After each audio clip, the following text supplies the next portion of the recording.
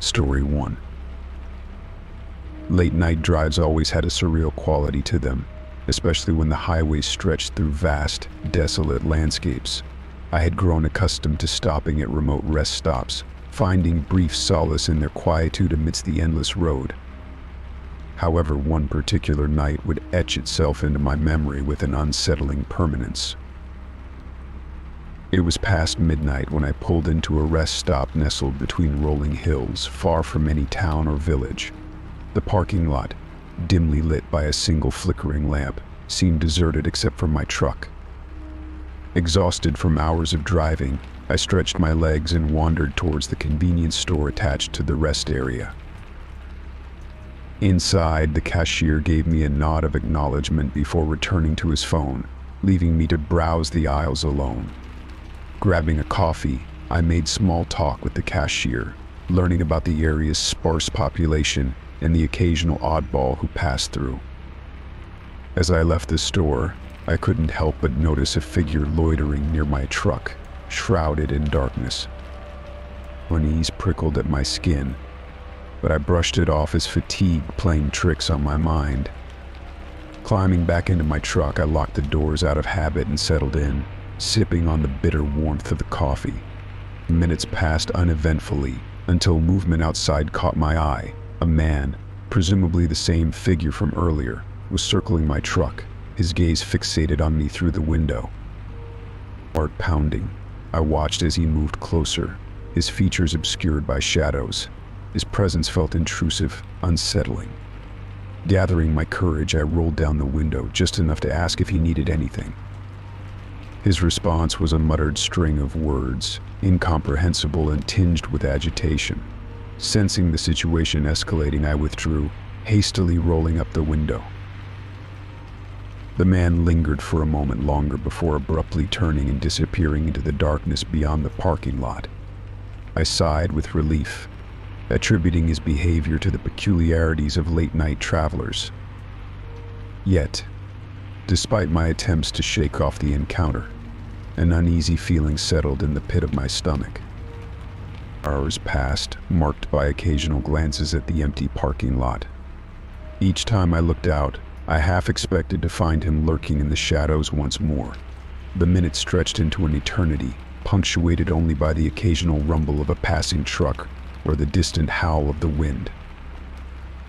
Just as I began to convince myself that the man was merely a fleeting anomaly, he reappeared like a haunting specter.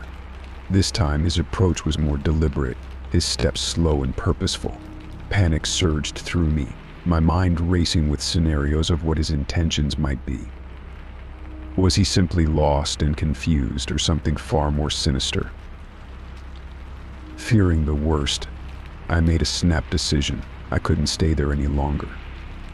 Ignoring the voice of reason that urged me to wait until morning, I started the engine and peeled out of the rest stop, leaving behind the eerie stillness that had become suffocating.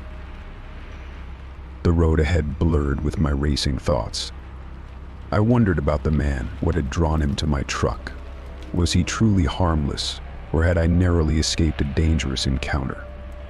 Questions swirled in my mind, unanswered and unsettling. As dawn broke on the horizon, I found myself at another rest stop, this one bustling with early risers and weary travelers seeking respite. I parked my truck and stepped out, grateful for the company of others and the safety it afforded. The memory of that lonely rest stop haunted me, a stark reminder of the vulnerability that lurks in the isolated corners of the world. In the days that followed, I found myself recounting the encounter to friends and family, seeking reassurance that I had acted wisely. Each retelling brought a mix of sympathy and unease, a shared acknowledgement of the uncertainties that come with late-night travels. To this day, I avoid stopping at rest stops in the dead of night, opting instead for well-lit areas with a steady flow of people. The experience left an indelible mark on my sense of security, a cautionary tale of the unexpected dangers that can lurk in the darkness. Reflecting on that night, I can't help but wonder about the man, what drove him to that remote rest stop, and what might have transpired if I hadn't chosen to leave when I did. Some mysteries are better left unsolved, tucked away in the shadows of memory, where they can't reach out and unsettle the peace of mind I've since regained. As for the rest stop stalker, he remains a lingering specter in the recesses of my mind, a reminder of the thin veil between safety and vulnerability when navigating the solitary highways of life. Story 2. It was a chilly autumn evening, the kind where the wind whispered through the trees and leaves danced across the road. I was driving home after a long day at work, the dim glow of the dashboard clock reading 11:37 p.m. The road stretched out before me, empty and serene, until I saw him, a lone figure standing at the edge of the highway, his silhouette illuminated by the faint glow of my headlights. I hesitated for a moment, my foot easing off the accelerator. It wasn't safe to pick up hitchhikers, especially not this late at night, but something about the way he stood there, almost motionless, tugged at my conscience. Against my better judgment, I pulled over.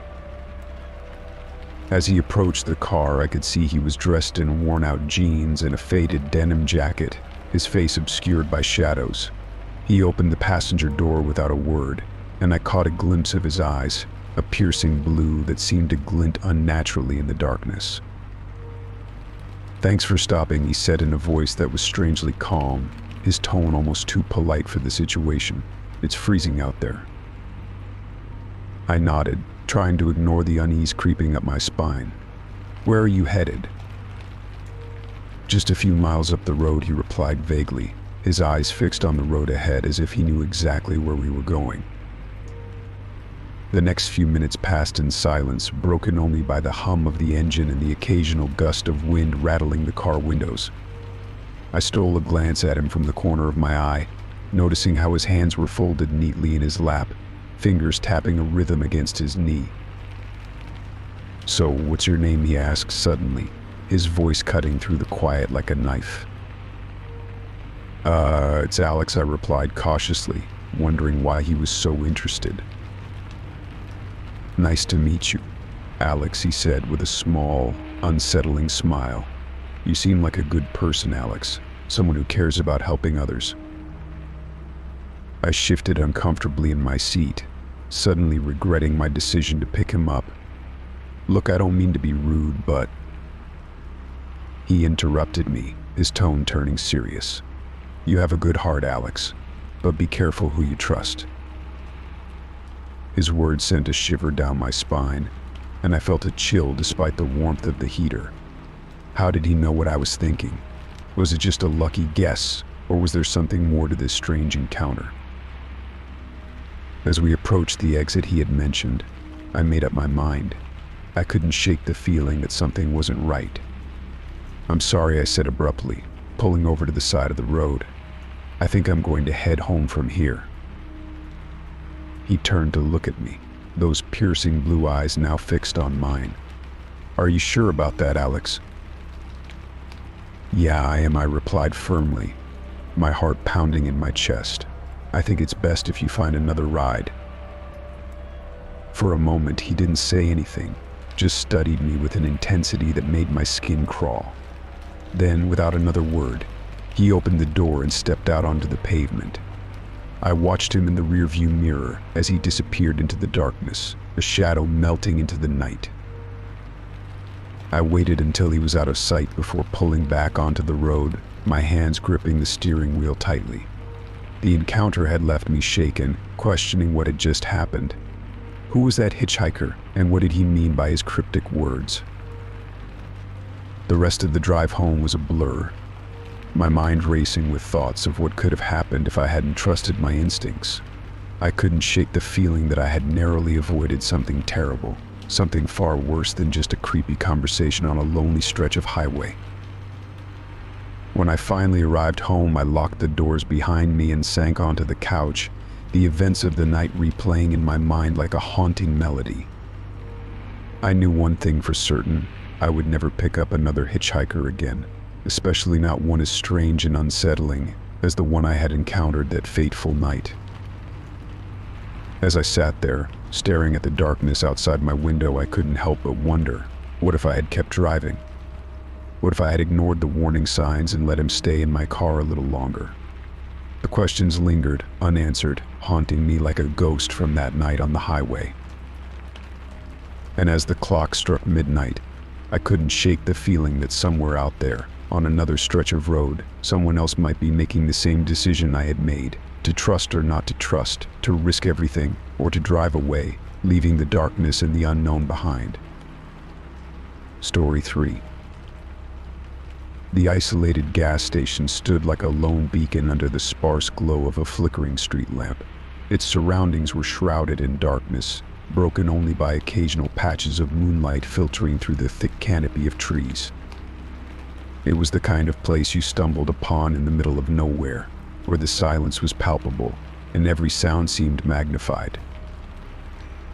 I pulled in with a sigh of relief, the fuel gauge hovering dangerously close to empty after hours of driving through desolate back roads. The gravel crunched beneath my tires as I parked next to the solitary pump. Stepping out into the chilly night air, I noticed an unsettling stillness that seemed to wrap around me like a second skin. The attendant, a middle-aged man with tired eyes and a weathered face, barely glanced up as I approached. His movements were slow, deliberate, almost mechanical. "Fill it up," he asked, his voice a hoarse whisper that barely reached my ears. "Yeah, please," I replied, handing him my credit card. His fingers trembled slightly as he took it, punching in the numbers with an air of unease. I watched him from the corner of my eye, noting how his gaze flickered nervously towards the surrounding darkness as if expecting something, or someone, to emerge from the shadows. As the pump clicked on and the gas began to flow, I surveyed my surroundings. The gas station was eerily quiet, devoid of any other customers or signs of life, besides a flickering open sign that seemed to struggle against the night's oppressive darkness. A chill ran down my spine as I became acutely aware of how isolated this place truly was. No other cars passed by on the nearby road, and the nearest town was miles away. It felt like a forgotten outpost, a place frozen in time and purpose. Finishing up, the attendant returned my card with a barely perceptible nod. "Thank you," I murmured, trying to inject some warmth into my voice. His only response was a curt nod before retreating back into the dimly lit convenience store attached to the station. As I climbed back into my truck and started the engine, a sudden movement caught my eye. Two figures emerged from the darkness, their outlines blurred and indistinct. They moved with purpose, their footsteps echoing faintly against the quiet night. Instinct kicked in as adrenaline surged through my veins. Without a second thought, I slammed the door shut and locked it, my heart pounding in my chest. The figures quickened their pace, closing the distance between us with alarming speed. I gripped the steering wheel tightly, my mind racing. Who were they? What did they want?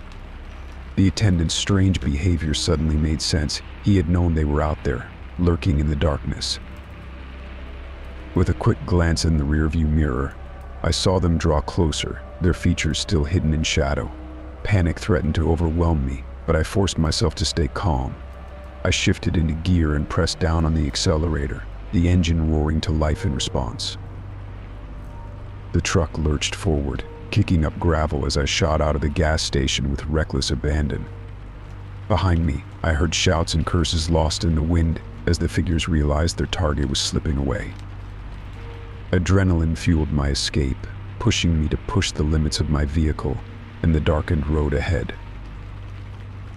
It felt like an eternity before I dared to glance back.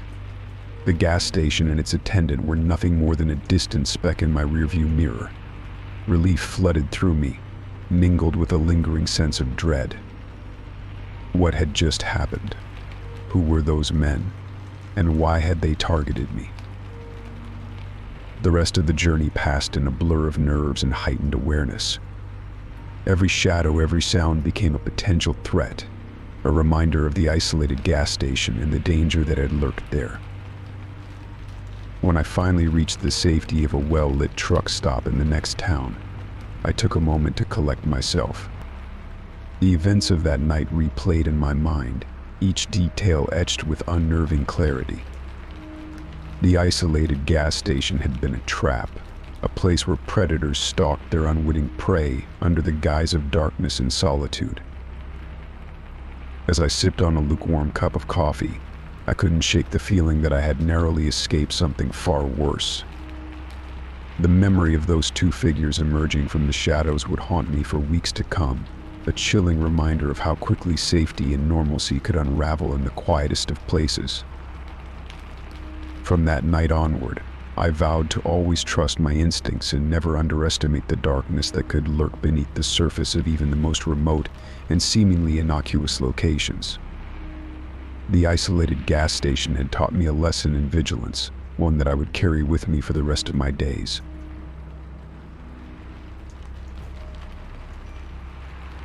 Story 4.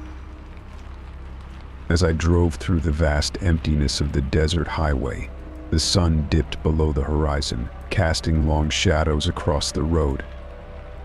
It was the kind of desolate landscape where each mile seemed to stretch on forever, interrupted only by occasional scrubby bushes and the occasional abandoned gas station. I had been on the road for hours, the monotony broken only by the occasional flicker of my headlights against the darkening landscape. Somewhere along this endless stretch, I noticed headlights in my rearview mirror.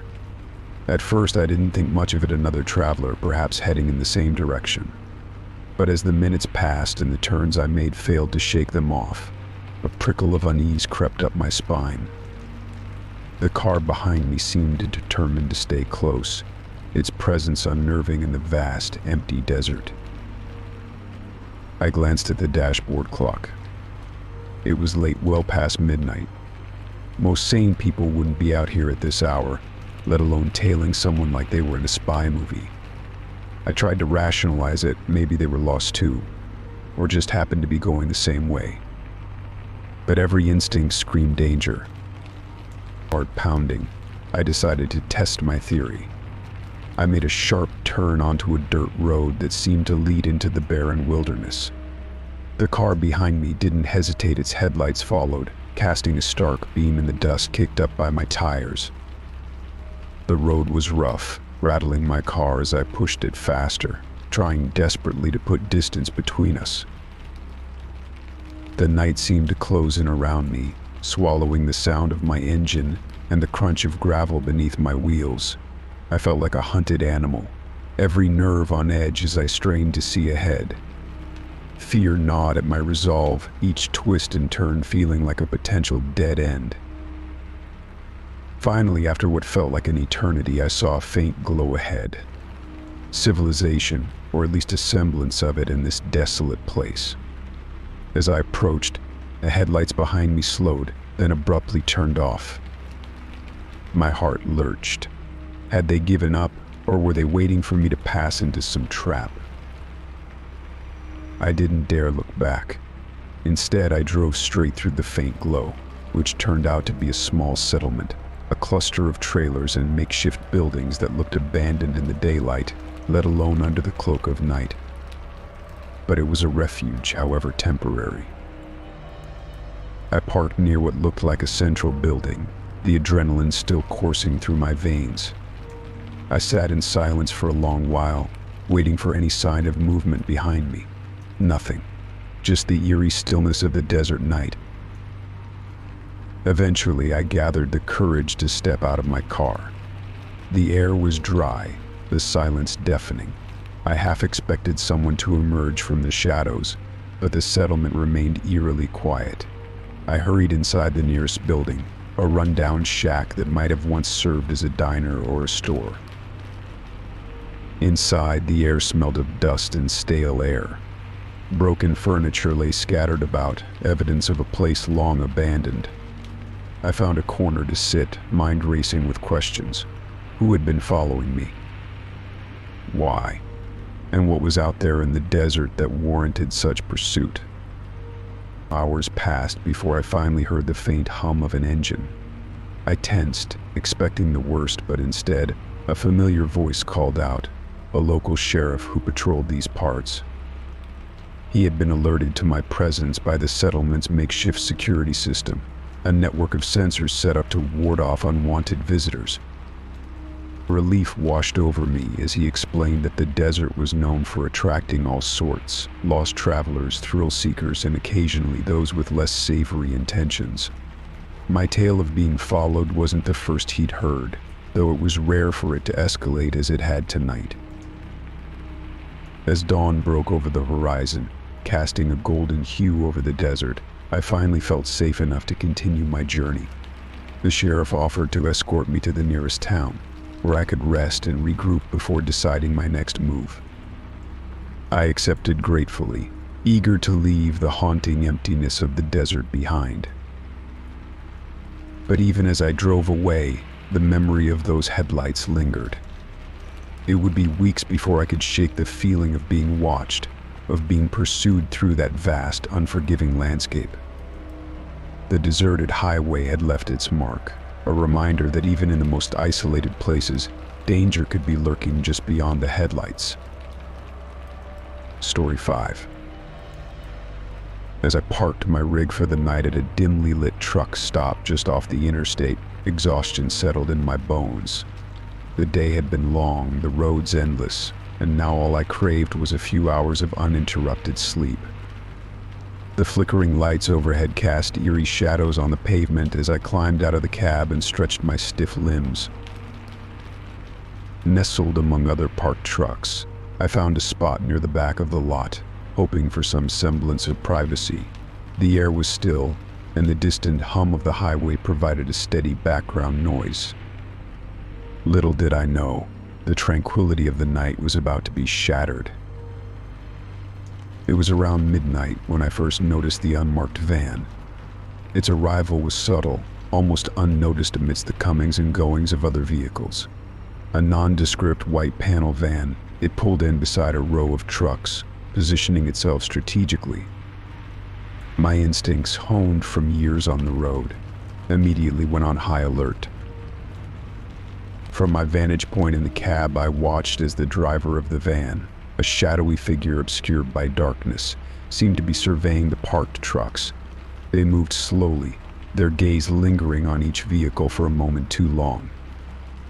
It was a scene that didn't sit right with me, a feeling of unease settling in the pit of my stomach. As the van crept closer to where I was parked, I couldn't shake the sense that something wasn't right. They approached with a deliberate slowness, their intentions unclear but unmistakably suspicious.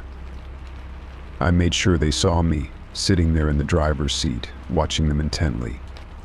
In response, the van paused briefly, its headlights illuminating my truck before continuing its slow crawl down the row. A chill ran down my spine as the van stopped beside my truck. I reached for my phone, fingers trembling slightly as I dialed the local police. The dispatcher's voice was calm as I relayed what I was witnessing, my eyes never leaving the van. She assured me that officers were on their way, advising me to stay put and remain vigilant. The tension in the air was palpable as I watched the van's driver glance in my direction. Whether they realized I had called the police or not, their next move would be crucial. Suddenly, as if on cue, the van's engine rumbled to life. In a flurry of motion, it reversed sharply, tires squealing against the pavement, before speeding away into the night. Relief washed over me, tinged with lingering unease. The adrenaline rush slowly ebbed away, leaving behind a sense of disbelief at what had just transpired. The police arrived soon after, their presence reassuring as they conducted a brief search of the area. There was no sign of the mysterious van, its driver having vanished into the darkness without a trace. As I recounted the events to the officers, their expressions grew serious. They exchanged a few quiet words before reassuring me that they would patrol the area throughout the night. It was clear that this was not the first time they had encountered such suspicious activity at the truck stop. With a nod of gratitude, I watched as the police car pulled away, its lights casting fleeting shadows across the pavement. Alone once more, I sat in the silence of my truck, the night stretching out before me. Sleep would come eventually, but the memory of the unmarked van would linger, a stark reminder of the dangers that sometimes lurked in the darkness of the open road. In the days that followed, I couldn't shake the feeling of being watched, of eyes unseen following my every move. It was a paranoia born from that night, from the realization that I had narrowly avoided something sinister. Yet, with each mile that passed beneath my wheels, I found solace in the knowledge that I had trusted my instincts and acted swiftly. The unmarked van became a cautionary tale among fellow truckers, a reminder to remain vigilant and aware of our surroundings. As for me, I continued down the highway, my journey unfolding 1 mile at a time. But somewhere, in the recesses of my mind, the image of that van and its mysterious driver would always linger, a silent specter of the night I narrowly escaped a brush with the unknown. Story 6. In the dimly lit outskirts of a small town, I found myself driving alone down a desolate stretch of road, headlights cutting through the darkness like a lifeline. It was well past midnight, and fatigue was beginning to set in after a long day of travel. As I rounded a bend, a flash of red and blue lights in my rearview mirror made my heart skip a beat. I slowed to a stop, pulling over to the side of the road. The gravel crunched under my tires as I glanced nervously at the patrol car behind me. The night seemed to hold its breath, the only sound the soft hum of the engine idling.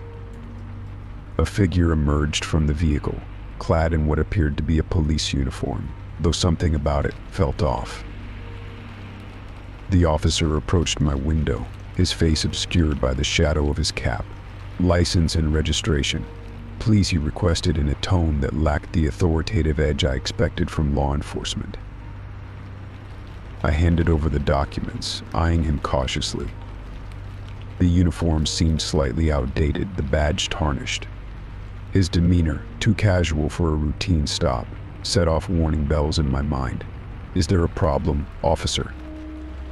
I asked, my voice wavering slightly despite my attempts to sound composed. "Just routine," he replied vaguely, eyes flicking over my documents. "Step out of the vehicle, please." Alarm bells rang louder now. Instinctively, I reached for my phone, keeping it low as I pretended to fumble in my pocket. "Actually, I think I'll wait for backup," I said, trying to keep my voice steady as I dialed 911. The dispatcher's voice came through the line, calm yet urgent. "911, what's your emergency?" "I've been pulled over by someone claiming to be an officer," I whispered urgently, my heart pounding in my chest. "But something doesn't feel right." "Stay calm," the dispatcher advised. "Can you describe the vehicle and the officer?" As I relayed the details, the dispatcher paused briefly before responding. "There are no officers dispatched to your location at this time," she informed me quietly. "Do not exit your vehicle. We are sending a unit your way." My blood ran cold. The realization sank in like a lead weight. I was alone on a deserted road with someone impersonating law enforcement. My eyes darted to the figure standing outside my window, his facade crumbling as he realized his ruse had been discovered. Panic flared in his eyes, masked now by fear and uncertainty. "Sir, I need you to step out of the vehicle," he demanded, his voice now tinged with desperation. I shook my head, swallowing hard as I kept the phone pressed to my ear. "I'm not going anywhere until the real police arrive," I declared, my voice shaking with a mix of fear and defiance. Seconds stretched into eternity as we faced off in the darkness, the distant wail of sirens growing closer. The fake officer hesitated, his eyes darting between me and the approaching sounds of legitimate law enforcement. With one last desperate glance, he bolted back to his car, slamming the door shut and peeling away into the night. Relief flooded through me as the real patrol car came into view, lights flashing brightly in the darkness. Two officers approached cautiously, their expressions a mix of concern and professionalism. They took my statement, assuring me that they would search for the imposter who had targeted me. As I sat in the safety of their patrol car, I reflected on the narrow escape from what could have been a dangerous situation. The night air felt cooler now, carrying with it a sense of lingering unease and disbelief at the close call. The officers assured me I had done the right thing by trusting my instincts and calling for help. Hours later, after giving my statement and receiving assurances of increased patrols in the area, I was finally able to continue my journey. But the memory of that night, the false sense of security shattered by the presence of a fake officer, would linger long after the road stretched out before me. I vowed to always be vigilant, to never take safety for granted, especially in the quiet anonymity of late-night drives. The encounter had taught me a valuable lesson about trust and caution, about the thin line between safety and danger that could blur unexpectedly in the darkness of the night.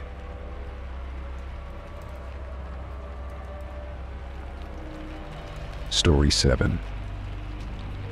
The night was unusually quiet as I drove down the dark, winding road that cut through the dense forest on the outskirts of town. The only sound was the gentle hum of my engine and the occasional rustling of leaves in the cool breeze that swept through the trees. It was the kind of night where you could feel the stillness pressing in around you, punctuated only by the occasional flicker of my headlights against the looming shadows. As I rounded a bend, I noticed a figure ahead, standing by the side of the road. At first I thought it might be a trick of the light, a shadow cast by the dense foliage, but as I drew closer I saw her clearly a woman, dressed in a tattered coat, her long hair blowing in the wind. She stood perfectly still, staring out into the darkness, as if lost in thought or perhaps waiting for something. My first instinct was to stop and offer assistance. It was late, and seeing someone alone out here was unsettling. But something about the scene made me hesitate. There was an eerie stillness about her, a sense of detachment that sent a chill down my spine. Instead of stopping, I slowed down, keeping a safe distance, and rolled down my window. "Ma'am, are you okay?" I called out, my voice barely above a whisper, not wanting to startle her. She turned slowly towards me, her face partially obscured by shadows. For a moment there was silence, as if she was considering her response. Then, in a soft voice, almost a whisper, she replied, "I think my car broke down. I'm not sure what to do." Her words seemed rehearsed, too calm given the situation. A wave of unease washed over me. Instinctively, I glanced around, half expecting to see another car or any sign of trouble. There was nothing but the stillness of the night and the distant hoot of an owl.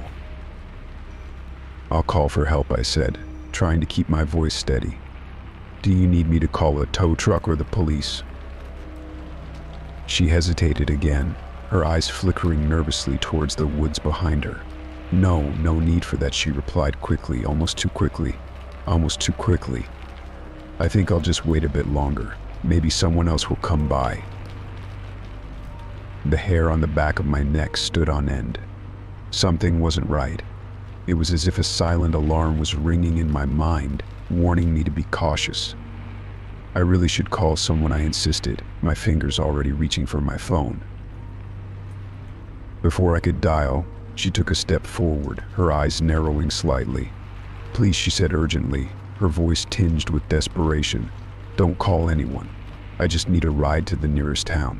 It's not far, I promise." Her sudden change in demeanor sent a shiver down my spine. Every instinct screamed at me to drive away, to leave her standing there in the darkness. "I'm sorry," I said firmly, trying to mask the fear in my voice. "I can't help you." With that, I rolled up my window and accelerated away, heart pounding in my chest. I glanced in my rearview mirror, expecting to see her disappear into the darkness. Instead, she stood there, watching my car until it vanished from sight. I drove for what felt like hours, the encounter replaying in my mind. When I finally reached a spot with cell service, I called the police and reported what had happened. The dispatcher listened intently, jotting down notes as I recounted the strange encounter. After I hung up, I tried to shake off the feeling of dread that had settled over me. I couldn't shake the image of her standing there, alone in the darkness. What was she waiting for? Was she really in trouble, or was it all a ruse? Days passed, and I heard nothing more about the incident. Then, one evening, while watching the local news, a report caught my attention. The anchor's voice was somber as she described a string of carjackings in the area.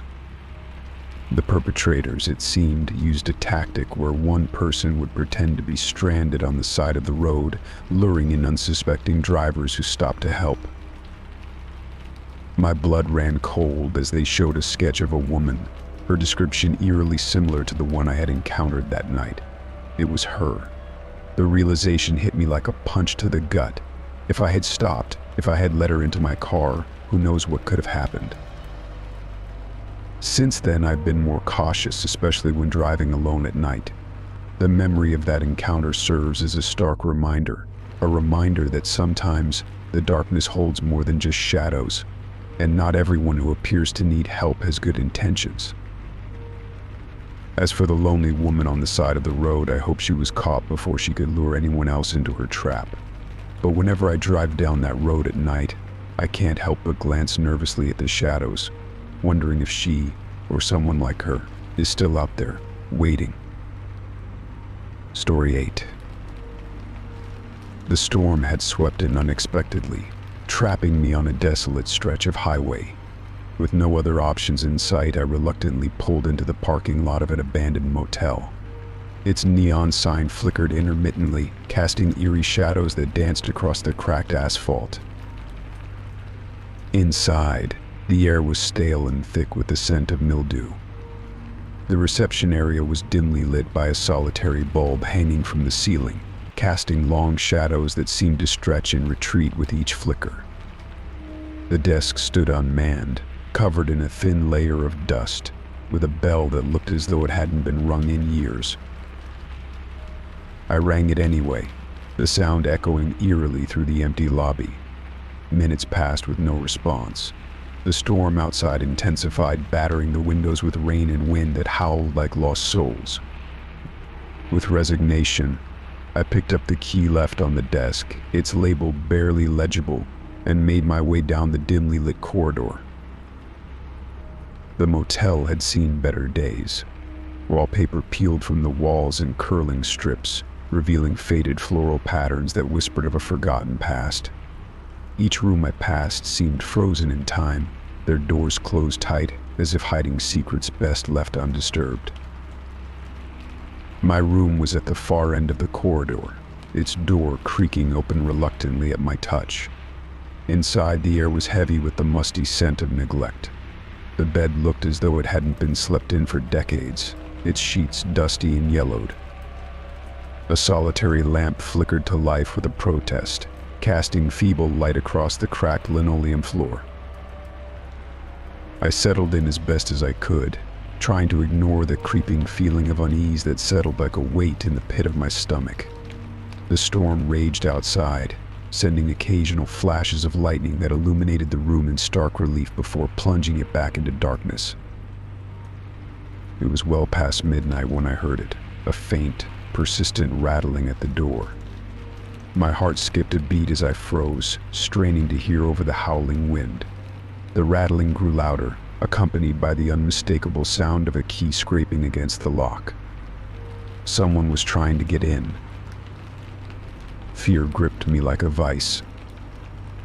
I fumbled for my phone, hands shaking as I dialed the front desk. No answer.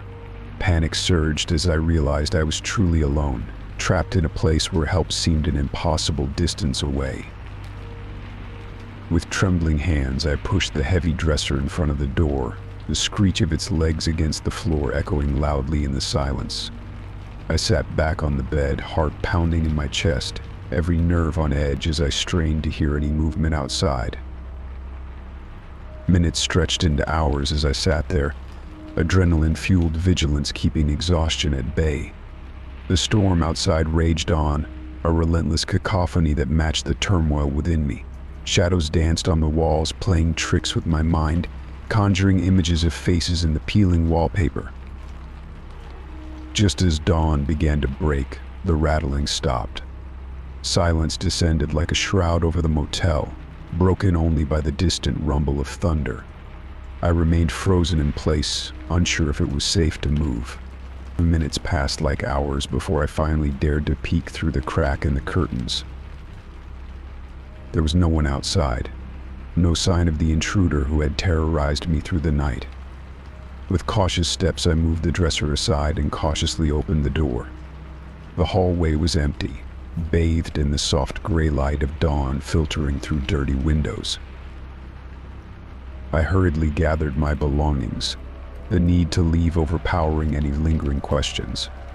As I stepped out into the storm-ravaged morning, the motel seemed to shrink behind me, swallowed by the landscape as if it had never existed. To this day, I can't shake the feeling that something malevolent had been lurking in that abandoned place, something that sought to torment and terrify. The memory of that night haunts me, a chilling reminder of the thin veil between the known and the unknown, the seen and the unseen. Story 9. It was a crisp autumn morning when I found myself behind the wheel of a nondescript delivery van, tasked with a peculiar assignment: transport a sealed container to a remote location. No questions asked. The instructions were clear and accompanied by a hefty paycheck, enough to pique my curiosity but not quite enough to outweigh the unease that gnawed at me as I set off on the journey. The container itself was unremarkable. A metal crate about the size of a large trunk, secured with heavy-duty locks and marked with warnings that hinted at its fragile contents. I resisted the urge to inspect it further, adhering strictly to the instructions provided. After all, in my line of work, discretion often proved more valuable than idle curiosity. As I merged onto the highway, the morning sunlight filtering through the windshield, I couldn't shake the feeling of being watched. Paranoia, perhaps, amplified by the secretive nature of my cargo. Every passing car seemed to linger a moment too long beside me, every shadow in the rearview mirror a potential threat. Hours passed in monotonous rhythm, the hum of the engine punctuated only by occasional radio static. The countryside rolled by in a blur of golden fields and distant hills, a serene backdrop to the growing disquiet within me. It wasn't until midday, when fatigue began to weigh heavily on my eyelids, that the first hint of strangeness emerged. A subtle, rhythmic thumping emanated from the container behind me, a sound so faint at first that I dismissed it as my imagination. Yet, with each passing mile, it grew more pronounced, a persistent reminder of the mystery locked within. I resisted the urge to pull over and inspect the container, reminding myself of the consequences of deviating from my instructions. The thumping persisted, accompanied now by faint whispers that seemed to echo through the confines of the van. Words indiscernible yet undeniably present, like the murmur of voices carried on a breeze. Fear mingled with curiosity, forming a knot in my stomach as I pressed on towards my destination. As the sun began its descent, casting long shadows across the road ahead, I finally arrived at the designated delivery point, an isolated warehouse on the outskirts of a small, forgotten town. The air was thick with anticipation as I maneuvered the van into position, the thumping from the container now a relentless drumbeat in my ears. No sooner had I cut the engine than a group of men in dark suits emerged from the shadows, their faces obscured by sunglasses and expressions unreadable. They moved with a practiced efficiency, surrounding the van with an air of authority that left no room for questions.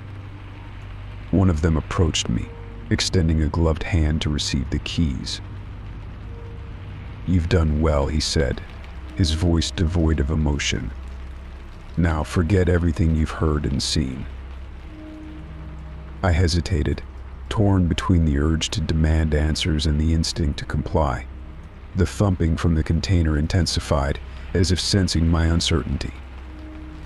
With a resigned nod, I relinquished the keys, watching in silence as the men unfastened the locks and hoisted the container onto a waiting dolly. What happened next unfolded in a blur of motion, a flurry of activity as the men wheeled the container into the depths of the warehouse, disappearing behind closed doors that sealed with an ominous finality. I stood alone in the fading daylight, the echoes of their footsteps fading into silence. A sense of unease settled over me, amplified by the unanswered questions that lingered like shadows. What was inside that container? Who were those men, and what purpose did they serve? The air seemed charged with a palpable tension, thick with the weight of secrets left unspoken. As I drove away from the warehouse, the road stretching endlessly before me, I couldn't shake the feeling that I had stumbled upon something far beyond my understanding. The memory of that day haunted me, a puzzle with missing pieces that refused to fit together neatly. In the weeks that followed, I sought distraction in routine, burying myself in work and mundane tasks. Yet the thumping from the container echoed in my dreams, a persistent reminder of the enigma I had unwittingly become a part of. I entertained wild theories, illegal contraband, experimental technology, even extraterrestrial artifacts, but none offered solace or closure.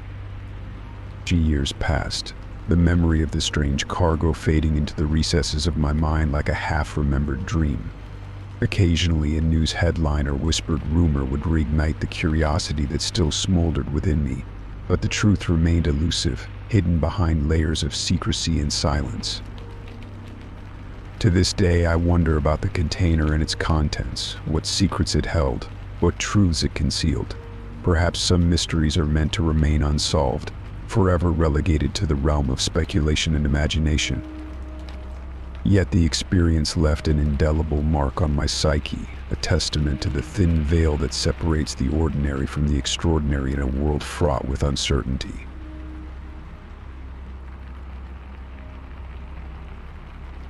Story 10. It was a moonless night, the kind where darkness seemed to swallow the road ahead, leaving only the dim glow of my truck's headlights to cut through the obscurity. I had been driving for hours, the monotonous hum of the engine and the occasional crackle of the CB radio keeping me company in the solitude of the night. As I navigated the quiet stretch of highway, a crackling voice suddenly broke through the static on the CB radio. "Mayday, Mayday, this is Trucker 624. I need assistance. Over." I frowned, adjusting the microphone to respond. "This is Trucker 415, I copy. What's your situation? 624. Over." There was a moment of silence, broken only by the intermittent static, before the voice came through again, filled with urgency. I'm stranded on Route 66, just past mile marker 187. My rig's dead, and I'm hearing things out there. Please, I need help. Over." Route 66, mile marker 187. It sounded close, too close for comfort. I glanced at my GPS. I was only a few miles away. Without hesitation, I replied, "Hang tight, 624. I'm on my way. Over and out." As I approached the designated mile marker, a chill crept up my spine despite the warmth inside the cab. The area was desolate, surrounded by dense woods that seemed to swallow the feeble beams of my headlights. I slowed down, scanning the shadows for any sign of another trucker or a stranded vehicle. There, just off the shoulder of the road, I spotted a faint glow, a flashlight waving weakly in the darkness. My heart raced as I pulled over, adrenaline coursing through my veins. I grabbed my flashlight and stepped out into the cold night air, the sound of my boots crunching on gravel echoing eerily in the silence. 624, I called out, my voice carrying hesitantly into the darkness. No response. I approached cautiously, flashlight sweeping the area. There, beside a darkened rig, lay the CB radio, still crackling softly with static, but there was no sign of Trucker 624. No footprints in the dirt, no abandoned vehicle, just an unsettling emptiness that seemed to mock the distress call I had received just minutes ago. Unease settled like a heavy blanket over my shoulders as I retraced my steps back to my truck. Had it been a prank? A trick of the night, playing tricks on tired minds? I couldn't shake the feeling that something wasn't right, that I had stumbled upon a mystery far darker than a simple broken-down truck. The next morning, I stopped at a roadside diner for breakfast, the events of the previous night still fresh in my mind. I overheard two truckers at the counter talking in hushed tones, their voices tinged with disbelief. "I can't believe it, man. They found him just like that, right where he disappeared years ago." My ears perked up, and I couldn't help but interrupt. "Sorry, what are you talking about?" They exchanged wary glances before one of them sighed heavily. "Trucker 624. He went missing over a decade ago, the same spot you were talking about. They found his rig abandoned, just like you described, but they never found him, not until now." My blood ran cold. "What do you mean, found him?" The other trucker leaned in, his voice barely above a whisper. "Yesterday, someone stumbled upon his remains, not far from where you said you got that distress call. They said it looked like he'd been there all this time, lost in the woods. It's like he never left." I sat there in stunned silence, my mind racing with questions and doubts. Had I really heard his distress call, or was it just a figment of my imagination? And if it was real, what had happened to him all those years ago? The eerie coincidence sent shivers down my spine, the weight of the unknown pressing heavily upon me. For weeks afterward, I couldn't shake the feeling of unease that lingered like a shadow, haunting my every mile on the road. The CB radio remained silent, the night air still and unsettling. And as I drove past mile marker 187 on Route 66, I couldn't help but glance into the woods, half expecting to see a ghostly figure waving for help, trapped forever in the limbo between life and death. Trucker 624's story became a cautionary tale among drivers, a reminder of the mysteries that lurked in the darkness of the night. Some believed it was his restless spirit calling out for help, while others dismissed it as a bizarre coincidence. But for me, the memory of that night would forever be etched into my mind, a chilling reminder of the thin veil that separates the living from the lost. Story 11. The road ahead was illuminated only by the dim glow of my headlights, casting long shadows that danced eerily across the trees lining the narrow path. It was supposed to be a routine drive home from work, but road construction had forced me to take an unfamiliar detour through a maze of winding back roads. As I navigated the unfamiliar twists and turns, a sense of unease settled in the pit of my stomach. The silence of the night was oppressive, broken only by the occasional rustle of leaves or the distant hum of my engine. It was then that I noticed it, a faint glimmer in my rearview mirror barely discernible against the darkness. At first, I dismissed it as a trick of the light, a fleeting reflection from some distant source. But as the minutes passed, the glimmer grew stronger, more persistent. My heartbeat quickened as I realized that it wasn't a reflection at all. It was a car, its headlights switched off, tailing me from a distance. Dread coiled in my chest as I stole another glance in the mirror. The car remained a shadowy silhouette against the blackness, maintaining a steady distance but never faltering in its pursuit. Panic threatened to overwhelm me, but I forced myself to stay calm, to think rationally amidst the rising tide of fear. I checked the time, nearly midnight. The roads were deserted, and the nearest town was miles away. I had no choice but to continue forward, hoping against hope that the car would veer off or disappear into the night. But it didn't. It persisted, a silent predator stalking its prey through the veil of darkness. A sense of urgency gripped me as I approached a sharp bend in the road. Without warning, the car behind me surged forward, its engine roaring to life. I swerved to the side, narrowly avoiding a collision as it attempted to ram me off the road. Adrenaline surged through my veins, my hands trembling on the wheel as I fought to maintain control. They were trying to run me off the road, to force me into submission through sheer intimidation and brute force. My mind raced, searching for an escape route, a way to shake off my relentless pursuer. Then an idea sparked, a gravel road, barely visible through the dense foliage to my right. With a quick glance in the mirror, I seized the moment. I veered sharply onto the gravel path, the rough terrain jolting my car as I accelerated away from the main road. Behind me, I heard the screech of tires as the pursuing car hesitated, momentarily thrown off by my unexpected maneuver. The gravel road stretched out before me like a lifeline, winding deeper into the heart of the forest. I pushed my car to its limits, navigating the uneven surface with adrenaline-fueled precision. Branches whipped against the windows, leaves swirling in my wake as I dared to steal another glance behind. To my relief, the car had slowed, its headlights now casting long shadows along the gravel. They hesitated, unsure whether to follow into the darkness that now enveloped the narrow path. I took advantage of their hesitation, pushing forward with renewed determination. Minutes turned into an eternity as I navigated the labyrinth of gravel roads, each turn bringing me deeper into uncharted territory. The forest seemed to close in around me, the silence broken only by the distant hoot of an owl or the rustling of underbrush.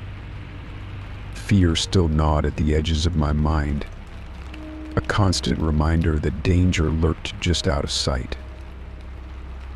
Eventually, I emerged onto a paved road, the moonlight casting a pale glow over the familiar surroundings. I slowed to catch my breath, my hands trembling on the steering wheel as I surveyed the empty road ahead. There was no sign of the car that had pursued me, no lingering trace of its presence save for the echoes of adrenaline still coursing through my veins. I continued on in a daze, my thoughts consumed by the harrowing encounter. Who were they? What had prompted their relentless pursuit? The questions lingered, unanswered, as I finally reached the safety of my home. That night I tossed and turned in bed, haunted by visions of headlights in the darkness and the sound of tires screeching against gravel. The dangerous detour had been a stark reminder of the fragility of safety, a chilling testament to the unpredictability of the world beyond our control. From that night onward, I never took a detour lightly, always mindful of the shadows that could lurk just beyond the glow of my headlights. The experience had left its mark, a vivid memory etched into my consciousness, a reminder to trust my instincts and never underestimate the dangers that could lurk in the quietest of places. Story 12. The sun was beginning its descent behind the hills as I coasted into the small, dusty town. My car had been acting up for the last few miles, sputtering and hesitating as if pleading for a break, spotting a weather-beaten sign that read Frank's Garage Auto Repair. I pulled into the gravel lot, relieved to find some semblance of help in this remote area. The garage was a modest affair, a single grease-stained bay with a weathered office attached. As I parked, I noticed an older man with grizzled hair and a stained coverall emerging from under the hood of a pickup truck. He wiped his hands on a rag and sauntered over, a faint smile playing on his lips. "Need some help?" His voice was gruff, but not unkind. "Yeah," I replied, stepping out of my car. "My engine's been acting up. It feels like it's misfiring." He nodded knowingly, his gaze fixating on me in a way that made me slightly uncomfortable. "Let me take a look." I popped the hood, and he leaned in, his face inches from mine as he inspected the engine. His scrutiny was unnerving, his breath mingling with the faint scent of oil and gasoline. I shifted uncomfortably, feeling exposed under his intense stare. "It's probably just a spark plug issue," he muttered, straightening up. "Shouldn't take me long to fix." Relieved to hear it was something minor, I stepped back. trying to shake off the uneasy feeling his presence had stirred. As he worked, he made small talk, asking about where I was headed, how long I'd been on the road. Innocuous questions, yet his tone and demeanor remained unsettlingly familiar. "So, you traveling alone?" he asked suddenly, wiping his hands on his coveralls. "Yeah," I replied cautiously, "just passing through." He nodded, his gaze lingering on me a beat too long. "Must get lonely, traveling by yourself, especially out here." I forced a smile, hoping to deflect his probing. "Yeah, I can be quiet." He chuckled, a low, gravelly sound. "Well, you're not alone now. I'll get you fixed up in no time." I nodded, grateful for his assistance but increasingly eager to leave. The repairs dragged on longer than expected, each minute stretching into an uncomfortable eternity. He made comments that straddled the line between friendly banter and something more suggestive, a compliment on my appearance, a remark about how he didn't often see someone like me passing through. Finally, after what felt like an eternity, he announced the repair was done. I paid quickly, thanked him curtly, and practically sprinted to my car. His eyes followed me, lingering as I started the engine and pulled out of the lot, the gravel crunching beneath my tires. As I drove away, a sense of relief washed over me. I hadn't realized how tense I'd been until the distance between us grew. The encounter had shaken me more than I cared to admit, a reminder of how vulnerable one could feel in unfamiliar territory, dependent on the kindness of strangers who might not have the best intentions. I glanced in the rearview mirror, half expecting to see him standing there, watching me drive off, but the garage was empty, the fading light casting long shadows across the deserted lot. The road stretched out ahead, winding through barren landscapes dotted with scrubby vegetation and occasional signs of civilization. My mind raced with what-ifs, each scenario more unsettling than the last. What if I hadn't left when I did? What if his intentions had been more sinister? I pressed on, the miles passing in a blur of anxiety and relief. Night descended like a shroud, the stars emerging one by one in the vast, dark sky. I found a motel on the outskirts of the next town, checked in, and locked the door behind me with a sigh of relief. Sleep came fitfully that night, haunted by dreams of staring eyes and lingering hands. I woke early, eager to put distance between myself and that garage, that mechanic. The town was just a blur in my rearview mirror as I drove away, the sunrise painting the horizon in shades of pink and gold. In the days that followed, I couldn't shake the memory of the creepy mechanic. It lingered like a stain, a reminder of how easily a routine stop could turn unsettling. I vowed to be more cautious in the future, to trust my instincts and never linger longer than necessary in unfamiliar places. As time passed, the memory faded, replaced by new adventures and encounters on the open road. But I never forgot that evening in the desert town, the uneasy feeling of being watched and the relief of driving away unharmed. And to this day, whenever I see a weather-beaten garage sign or a mechanic with a too intense stare, I remember Frank's garage auto repair and the unsettling encounter that taught me to trust my instincts above all else.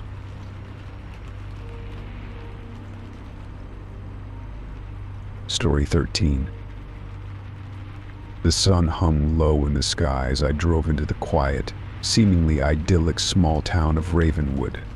Nestled between rolling hills and lush greenery, it appeared straight out of a postcard, a place where time moved slower and life was simpler. Little did I know, my brief stop in Ravenwood would turn into an encounter I wouldn't soon forget. I had been on the road for hours, navigating winding country roads that twisted through dense forests and open fields. My destination, a quaint bed and breakfast nestled on the outskirts of town, promised respite after a long day's drive. But first I needed to find it. and the handwritten directions scribbled on a scrap of paper weren't proving as helpful as I had hoped. Spotting a small gas station on the edge of town, I decided to pull over and ask for directions. Stepping out of my car, I was greeted by the quiet hum of cicadas and the distant sound of a lawnmower somewhere nearby. The gas station, weathered but welcoming, stood as a beacon of hope in the fading light. Entering the convenience store, I was met with curious stares from the handful of locals scattered about. Their conversation hushed as I approached the counter, a middle-aged woman with a warm smile standing behind it. I greeted her politely, trying to ignore the uneasy feeling settling in the pit of my stomach. "Excuse me, Mom," I began, my voice tentative. "Could you help me find my way to Maplewood Bed and Breakfast?" The woman's smile faltered slightly, replaced by a fleeting glance exchanged with an elderly man leaning against a shelf nearby. His gaze was intense, almost challenging, as if sizing me up. The woman cleared her throat, her demeanor shifting subtly. "You're not from around here, are you?" she replied cautiously, her eyes narrowing slightly. "No, just passing through," I explained, hoping to reassure her. "I heard Maplewood is a beautiful place to stay." A pregnant pause hung in the air as the woman exchanged another glance with the elderly man. Their silence spoke volumes, tension thickening like a storm cloud on the horizon. Finally she spoke, her voice low and measured. "Look, stranger," she began, her tone cautious yet firm. "You'd best be on your way. Maplewood ain't a place for outsiders, especially not now." Her words sent a chill down my spine, the hairs on the back of my neck standing on end. Sensing my unease, she continued, her voice dropping to a whisper. "There's been trouble around here lately. Best you don't get involved," she warned, eyes flickering nervously toward the door. I hesitated, unsure of how to respond. The atmosphere in the store had shifted palpably, the once casual chatter replaced by a tense silence. Glancing around, I noticed the other patrons now avoided my gaze, their expressions ranging from cautious to outright hostile. "Thank you," I managed finally, my voice barely above a whisper.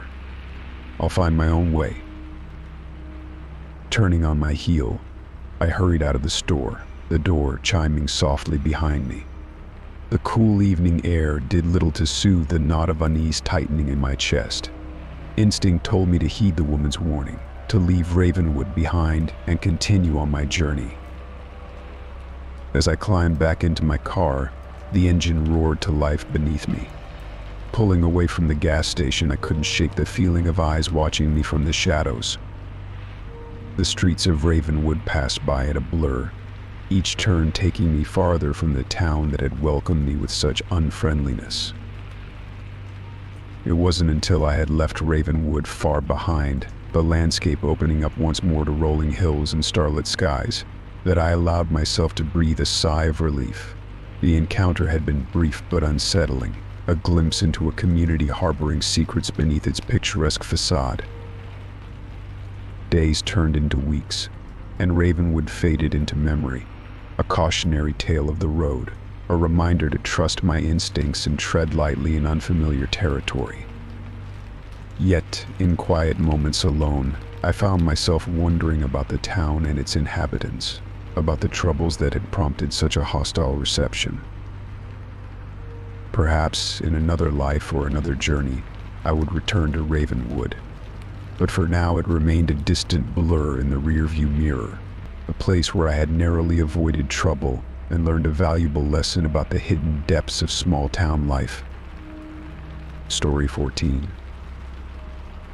It was a crisp autumn afternoon when I found myself navigating the winding roads of a rural area, surrounded by the vibrant hues of changing leaves. The drive was serene, with only the occasional car passing by in the opposite direction. As I rounded a bend, however, my peaceful journey took an unexpected turn.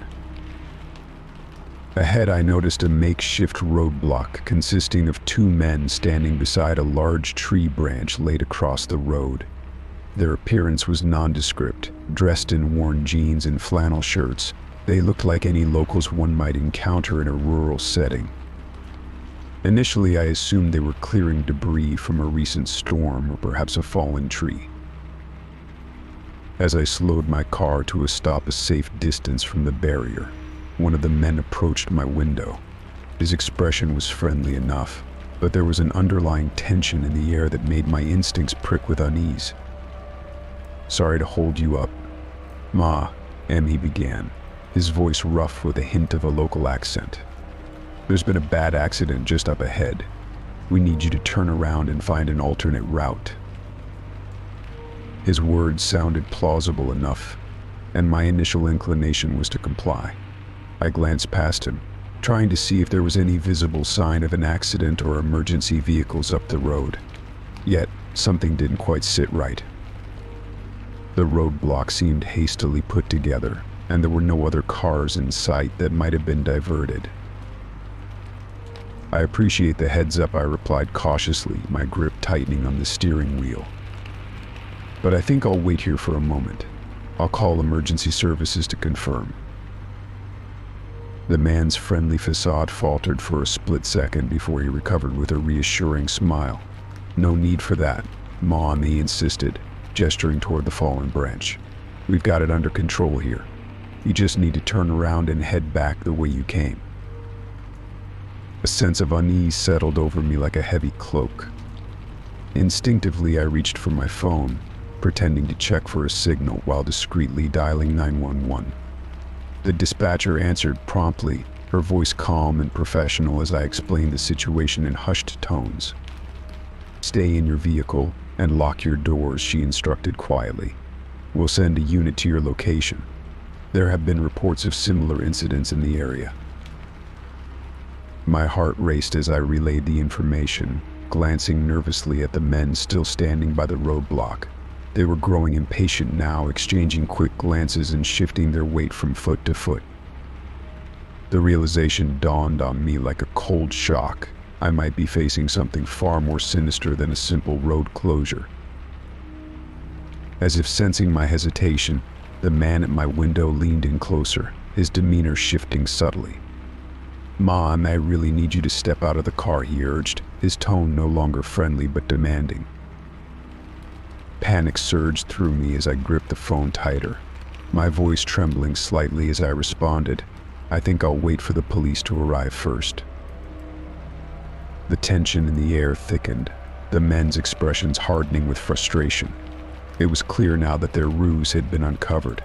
Without warning, I slammed my foot on the accelerator, throwing the car into reverse and then swiftly turning it around.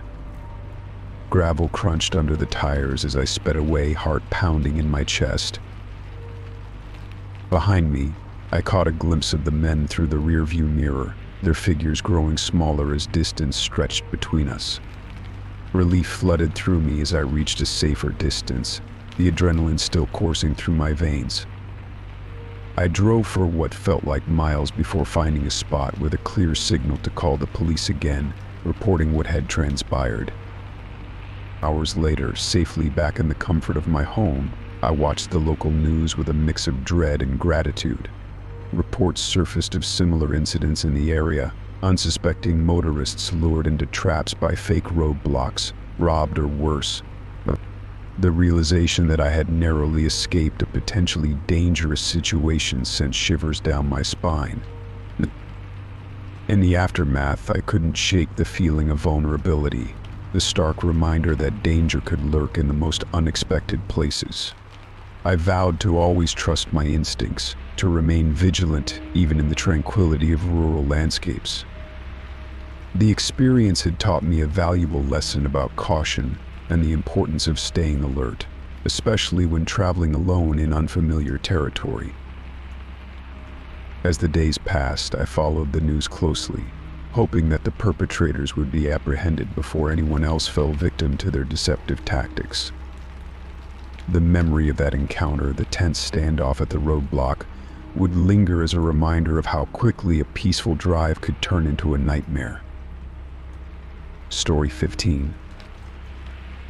It was a long drive through the winding roads of the countryside, the sun sinking low on the horizon, casting long shadows across the fields. I had been on the road for hours, and fatigue was starting to set in. Spotting a small convenience store ahead, I decided to pull over and stretch my legs, maybe grab a quick snack and some coffee to keep me awake for the rest of the journey. The store stood alone at a crossroads, its neon sign flickering in the dusk. As I parked my car and stepped out, a chill ran down my spine. There was something eerie about the place, a feeling amplified by the eerie silence that seemed to hang in the air. Pushing open the creaky door, I entered the store. The bell above the door jingled softly, announcing my arrival. The interior was dimly lit, shelves stocked with snacks and drinks, and a lone figure behind the counter, a middle-aged man with a gaunt face and piercing eyes. He looked up as I entered, his gaze fixing on me with unsettling intensity. His expression was unreadable, his lips pressed into a thin line. I offered a polite nod, trying to brush off the unease creeping up my spine. "Evening," I muttered, making my way down the narrow aisles. The fluorescent lights buzzed overhead, casting harsh shadows that danced across the linoleum floor. The man said nothing, his eyes following my every move.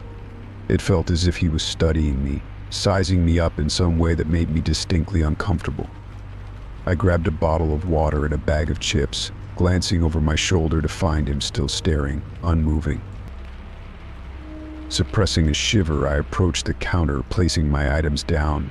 His gaze never wavered, not even as he rang up my purchase with slow, deliberate movements. The silence between us stretched, thick and palpable, broken only by the hum of the refrigerator. "Anything else?" he finally asked, his voice low and monotone. "No, thanks," I replied quickly, handing over the money and grabbing my bag. As I turned to leave, relief washed over me, but it was short-lived. Out of the corner of my eye, I caught a glimpse of him through the store window as I walked towards my car. He was watching me, his phone pressed to his ear, speaking in hushed tones. My heart skipped a beat. Why was he watching me? What was he saying on the phone? Instinct took over. I hurriedly got into my car, starting the engine and pulling out of the parking lot. Glancing back once more, I saw him still standing there, his eyes locked onto me as I sped away. The road stretched out before me, the night enveloping the landscape in an eerie silence. Thoughts raced through my mind. What if he was calling someone to follow me? What if he had sinister intentions? I drove for miles, the unease refusing to leave me. It wasn't just the man's intense stare or the way he watched me through the window. It was the feeling that something was deeply wrong, that I had narrowly escaped a situation that could have turned dangerous. Hours passed before I dared to stop again, this time at a well-lit gas station on the outskirts of a bustling town. I filled up my tank, grabbed another coffee to keep myself awake, and tried to shake off the lingering sense of dread. It wasn't until I reached my destination, safely tucked away in a cozy motel room, that I allowed myself to relax. I locked the door behind me, checked the windows twice, and sank onto the bed, replaying the events of that evening in my mind. What was the clerk's intention? Why did he watch me so intently, and who was he speaking to on the phone? The questions lingered, unanswered, leaving me with a lingering distrust of remote convenience stores and their silent observers. As I drifted off to sleep, the image of the clerk's piercing gaze haunted my dreams, a reminder that sometimes the most ordinary places can hold the darkest secrets, and that intuition is a powerful guide in moments of uncertainty.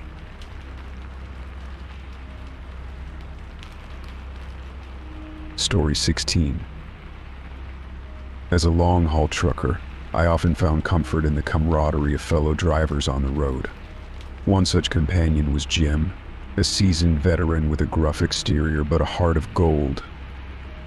We'd cross paths at truck stops, exchange nods and small talk about the road ahead or the weather looming on the horizon. It was a crisp autumn morning when Jim's absence first raised alarm bells among us. His truck, a sturdy rig that had weathered countless miles of asphalt, was discovered parked on the shoulder of a remote stretch of highway. The doors were unlocked, engine idling softly, but Jim was nowhere to be found. The news spread like wildfire among the tight-knit community of truckers who frequented that route. We shared stories and theories over hastily eaten meals in diners, our voices hushed as if fearing that speaking too loudly might conjure the same fate upon us. I couldn't shake the image of Jim's truck, its headlights dimming as daylight gave way to dusk. There was an eerie stillness about it, as if it were a silent sentinel guarding a mystery we weren't meant to uncover. Days turned into weeks, and despite extensive searches by law enforcement and volunteers, Jim remained missing. Flyers with his weathered face and description dotted truck stops and rest areas along our routes, a haunting reminder of our friend who vanished without a trace. The theories swirled like dust devils on the open plains. Some speculated foul play, a robbery gone wrong, perhaps, or an encounter with someone less savory than the average traveler. Others whispered about the supernatural, citing tales of ghostly hitchhikers and cursed highways. I found myself haunted by the unanswered questions. Had Jim encountered trouble on the road? Was he taken against his will? Or did he willingly walk away from the life he knew? Each possibility seemed equally implausible and terrifying in its own right. As I continued my own journeys, I couldn't help but scrutinize every shadowy figure at rest stops, every abandoned vehicle on the roadside. Paranoia crept in like fog rolling in from the sea, obscuring my sense of security in the vastness of the open road. The days grew shorter, the nights colder, and still, Jim's absence lingered like an unspoken oath among us. His empty spot at truck stops, once filled with laughter and shared stories, now stood as a solemn testament to the dangers that lurked just beyond the glow of our headlights. I often found myself pulling over at the spot where Jim's truck was found. The silence there was deafening, broken only by the occasional hum of passing vehicles. I scanned the horizon, searching for any sign of movement, a flicker of movement among the trees, a figure walking along the shoulder, but there was nothing. In quiet moments, alone in the cab of my own truck, I replayed our last conversations in my mind. Jim's gruff advice on navigating treacherous weather, his hearty laughter over a joke that only truckers could appreciate, the shared moments of camaraderie that had once defined our lives on the road. I couldn't escape the nagging feeling that Jim's disappearance held a deeper meaning, a cautionary tale whispered among the diesel fumes and tire tracks. It was a reminder that behind the freedom and solitude of the open road lay a world fraught with uncertainty, where danger could lurk just around the next bend. Months passed, then years, and still, Jim's fate remained a mystery. His family held on to hope, clinging to the belief that one day he would return, his absence a wound that refused to heal. For me, and many others who traversed those highways, Jim's disappearance became more than just a news headline or a cautionary tale. It was a stark reminder of the fragile line we walked between safety and peril, camaraderie and solitude, the known and the unknowable. To this day, whenever I pass by that stretch of highway where Jim's truck was found, I offer a silent prayer for his safe return. The road stretches on, endless and unforgiving, a testament to the challenges we face as we navigate the labyrinth of our own destinies on wheels. And yet, amidst the uncertainty and the unknown, one truth remains clear: the memory of Jim and his vanishing act will forever haunt the highways we call home. Story 17. It was a chilly evening as I pulled into the truck stop, a well-lit oasis amid the darkness of the highway. Nestled between towering fuel pumps and a diner with glowing neon signs, the place seemed like any other rest stop on a long journey, until the ordinary took a sudden turn into the extraordinary. Parking my car in a well-lit spot near the entrance, I sighed with relief. eager to stretch my legs after hours of driving. The night was quiet, save for the occasional rumble of passing trucks and the distant hum of the highway. Little did I know, the tranquility would soon be shattered by an encounter that would leave me shaken to my core. Stepping out into the crisp night air, I made my way towards the diner, my footsteps echoing against the pavement. The warmth and aroma of freshly brewed coffee greeted me as I entered, a welcome respite from the cold outside. The diner was sparsely populated, truckers hunched over steaming mugs, lost in their own thoughts, and a waitress wiping down the counter with practiced efficiency. Taking a seat by the window, I ordered a cup of coffee and glanced out at the parking lot. It was then that I noticed them, a group of men, their figures illuminated by the harsh glare of the overhead lights. They seemed out of place, their demeanor tense and their movements erratic as they loitered near a cluster of parked trucks. Unease prickled at the back of my neck, a primal instinct warning me of impending danger. Ignoring the growing sense of unease, I focused on my coffee, trying to dismiss the unease that crept into my thoughts. But as the minutes ticked by, their presence became more pronounced, their gazes fixed on something, or someone outside. A sudden commotion shattered the fragile peace of the diner, a shout, muffled but urgent, followed by the unmistakable sound of pounding fists against metal. I turned to see the group of men converging on a nearby truck, their faces twisted in anger and determination.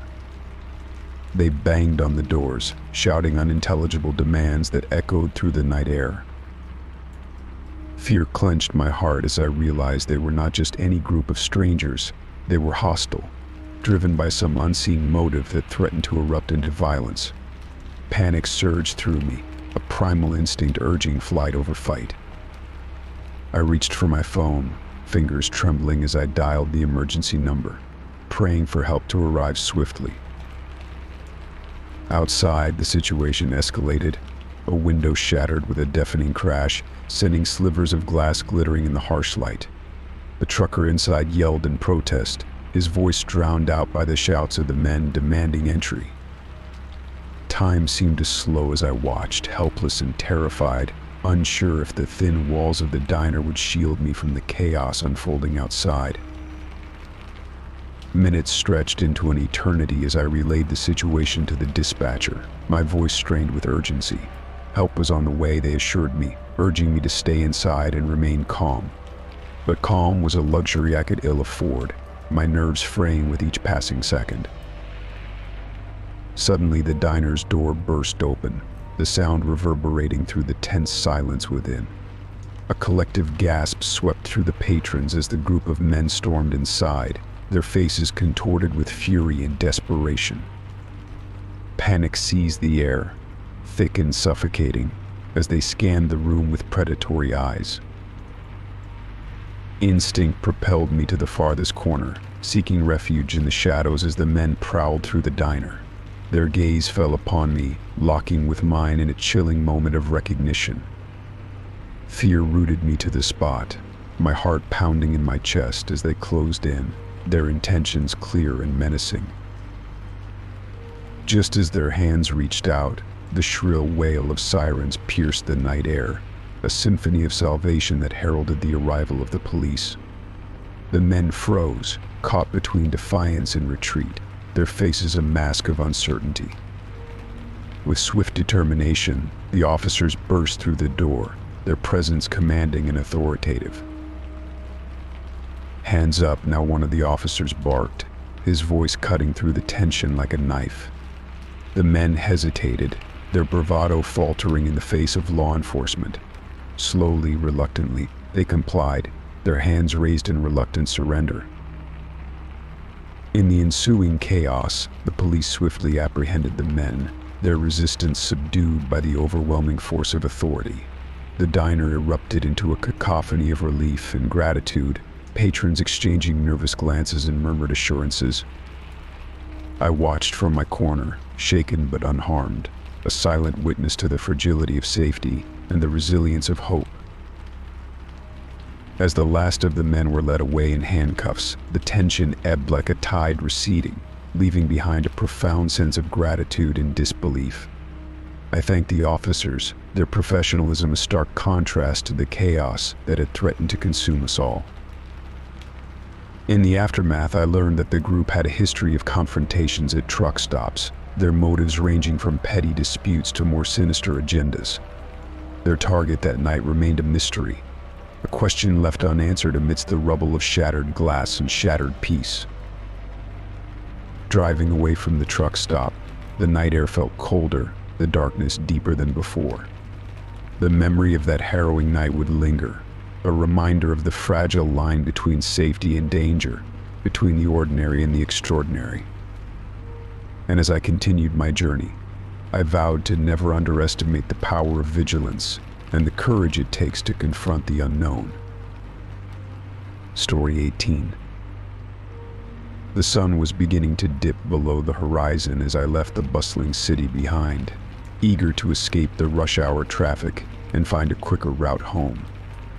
I knew of a back road that wound through the countryside, a shortcut that promised to shave off at least 30 minutes from my usual commute.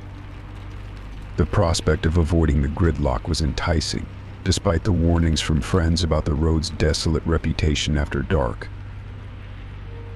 As I turned onto the narrow, winding path flanked by dense woods, the sky painted in hues of orange and purple, a sense of tranquility settled over me.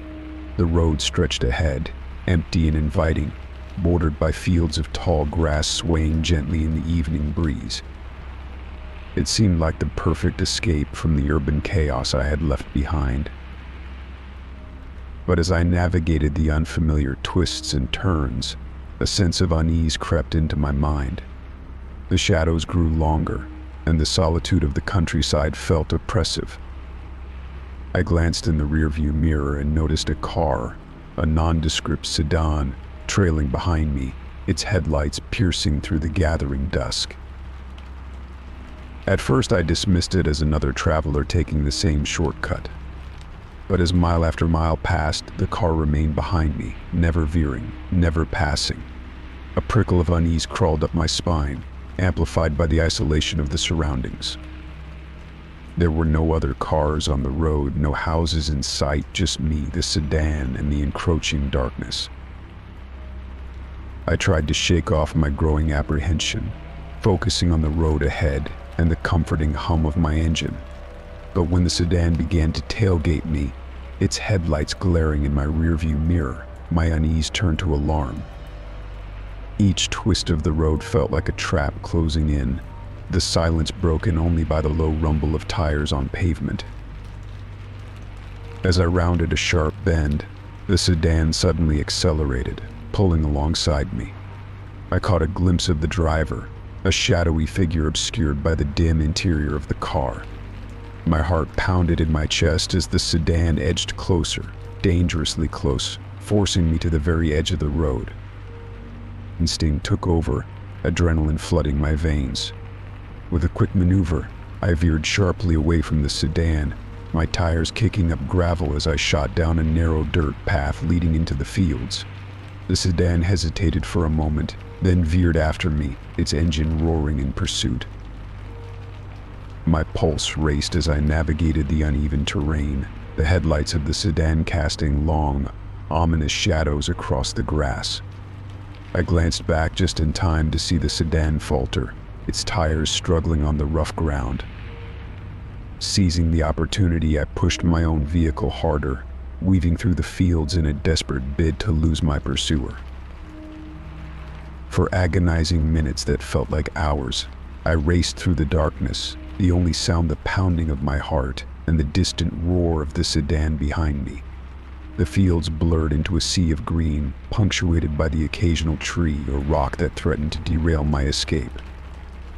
But I dared not slow down, not until I was certain I had shaken off my relentless follower. Finally, after what seemed like an eternity, the headlights of the sedan faded into the distance. I slowed to a cautious stop, my chest heaving with exertion and relief. I glanced around, half expecting to see the sedan lurking in the shadows, but the fields lay empty and still under the night sky. It took several deep breaths before I dared to continue my journey, sticking to the well-traveled roads that eventually led me safely home. The incident haunted me for days, replaying in my mind like a relentless nightmare. Who was in that sedan, and why had they targeted me? The questions swirled unanswered, leaving me wary of taking shortcuts through unfamiliar territory ever again. In the days that followed, I recounted the terrifying encounter to friends and family, their reactions ranging from disbelief to solemn nods of understanding. Some cautioned me about the dangers of isolated roads, while others shared similar stories of unnerving encounters on deserted routes. It became clear that my experience was not unique, that the allure of a shortcut often masked hidden risks.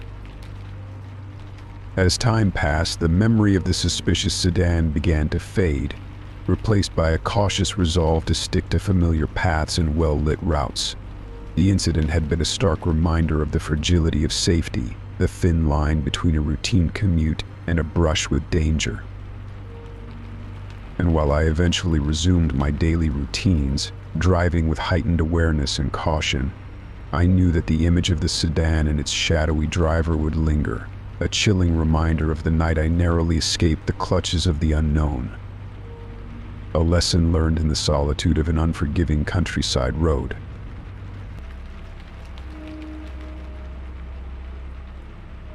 Story 19. The night had settled in like a heavy blanket, cloaking the landscape in shadows as I drove down the desolate stretch of highway. It was one of those long, solitary drives that blurred together, just me, the road, and the occasional flickering of distant streetlights. As I rounded a bend, my headlights caught a figure standing on the shoulder ahead. At first I thought it might be a trick of the light or a mirage born from fatigue, but as I drew closer I saw her clearly, a young woman, her posture tense, staring intently at the ground as if lost in thought. Instinct and empathy kicked in simultaneously. Without hesitation, I pulled over, rolling down the passenger window to offer her a ride. She hesitated for a moment, her eyes flicking nervously towards my truck before finally nodding and climbing in. "Thank you," she murmured softly, her voice barely audible over the hum of the engine. I offered a reassuring smile, noting the tremble in her hands as she settled into the seat beside me. Her appearance was disheveled, tousled hair, tear-stained cheeks, and clothes that bore the signs of recent distress. "Are you okay?" I asked gently, trying to gauge the situation without prying too much. She nodded again, her gaze fixed on some distant point beyond the windshield. Silence settled between us like an unspoken agreement, each of us lost in our own thoughts as the miles passed by. I stole glances at her from time to time, noting the tension that seemed to radiate from her every movement. She was young, maybe in her early 20s, with eyes that held a mixture of fear and weariness far beyond her years. I wondered what had brought her to this lonely stretch of road on a night like tonight. After what felt like an eternity, she finally spoke, her voice barely above a whisper. "Can you drop me off at the next truck stop?" Her request was simple, but the urgency in her tone was unmistakable. I nodded silently, respecting her need for distance and privacy. As we approached the truck stop, I pulled into the dimly lit parking lot, the fluorescent lights casting harsh shadows across the pavement. She made no move to gather her things, simply unbuckled her seatbelt and stepped out into the chilly night air. "Thank you," she said again, her eyes meeting mine briefly before she turned and walked away. I watched her silhouette fade into the darkness, a knot forming in my stomach as I wondered if she would be okay. It wasn't until I returned home later that night, the weight of the encounter still heavy on my mind, that I discovered it, a folded piece of paper tucked beneath the windshield wiper of my truck. Curiosity and a sense of foreboding mingled as I unfolded it, revealing a handwritten note. "Thank you for stopping. "You saved me from a dangerous situation," it read, the words stark against the white paper. My heart skipped a beat as I read it again, trying to make sense of the cryptic message. What danger had she been in? Who was after her? Questions swirled in my mind, unanswered and unsettling. Had I unwittingly stumbled into something far more sinister than a chance encounter on a lonely road? The weight of her gratitude felt both reassuring and ominous, a reminder of the thin line between kindness and unwitting involvement in someone else's troubles. Days turned into weeks, but the memory of the silent passenger lingered. I found myself scanning news reports, half expecting to come across a story that would shed light on her mysterious predicament. But there was nothing, not a single mention of a missing person or a mysterious incident along that stretch of highway. I couldn't shake the feeling that I had been a pawn in a larger game, a fleeting moment of intervention in a stranger's life that had left a lasting impression on my own. The note remained tucked away in a drawer, a tangible reminder of the night I crossed paths with someone in need. Months passed before I finally let go of the lingering sense of unease.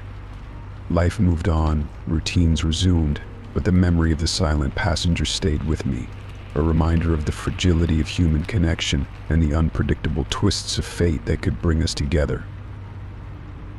I often found myself wondering about her, the young woman who had appeared and disappeared from my life with equal swiftness. Had she found safety?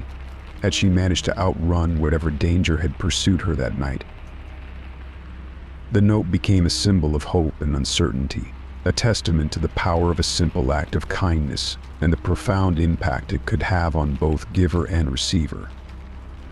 It served as a reminder to trust my instincts, to listen to the whispers of intuition that had prompted me to stop on that fateful night. And so, the story of the silent passenger became a part of my own narrative, a reminder of the unexpected ways in which our lives intersect, leaving behind echoes of stories that may never be fully told but forever remembered.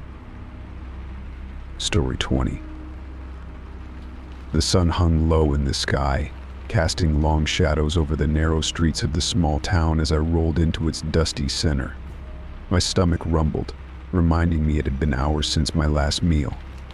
Spotting a quaint diner with a faded sign that read Rosie's Grill, I pulled my truck into a parking spot nearby, eager to grab a bite and stretch my legs.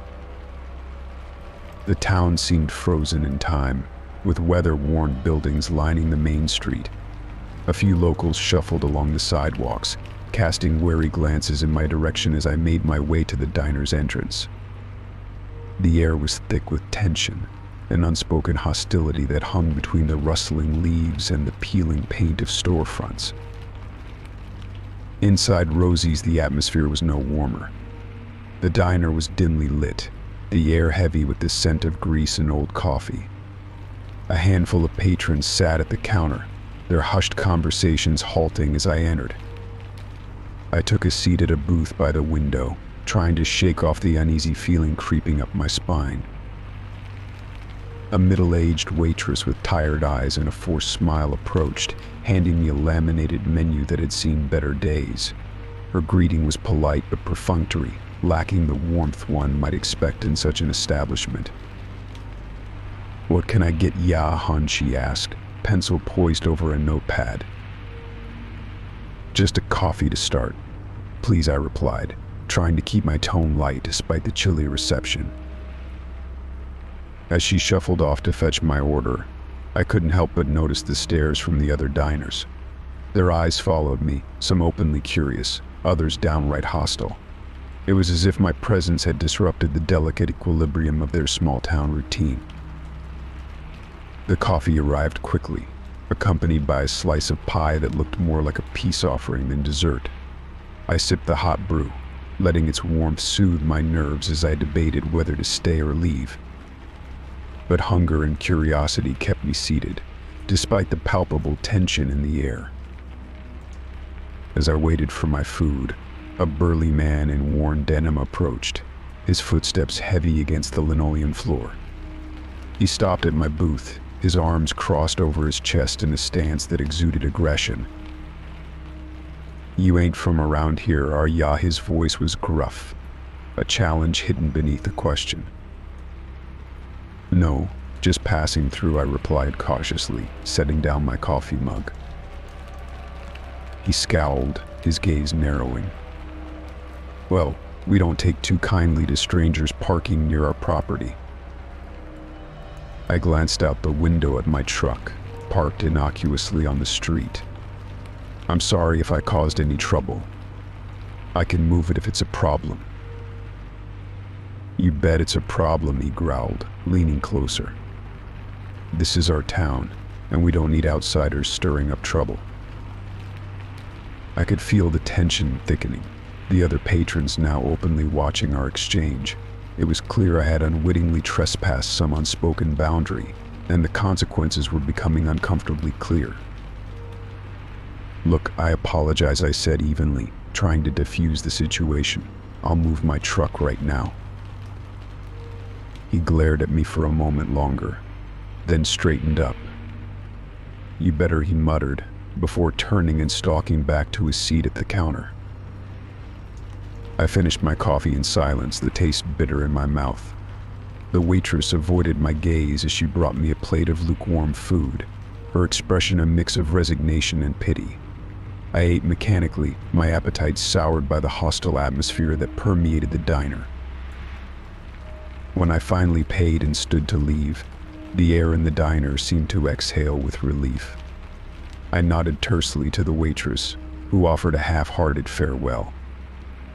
The patrons returned to their muted conversations, their eyes following me until I pushed open the door and stepped back into the fading daylight. Outside, I hurried to my truck, acutely aware of the eyes still on me from the diner's windows. The town felt suffocating, its narrow streets closing in around me as I started the engine and pulled away. The sense of relief was palpable as the quaint buildings faded in the rearview mirror, replaced by open road and the promise of distance from a place that had welcomed me with hostility. As I drove on, the encounter replayed in my mind, the stares, the threats, the palpable sense of being unwelcome. It was a stark reminder of how quickly things could turn sour in unfamiliar territory, of the hidden tensions that simmered beneath the surface of even the most picturesque small towns. I drove for miles, the landscape gradually changing from the claustrophobic confines of the town to the wide-open expanse of the countryside. The tension slowly ebbed, replaced by a cautious relief that I had escaped without further incident.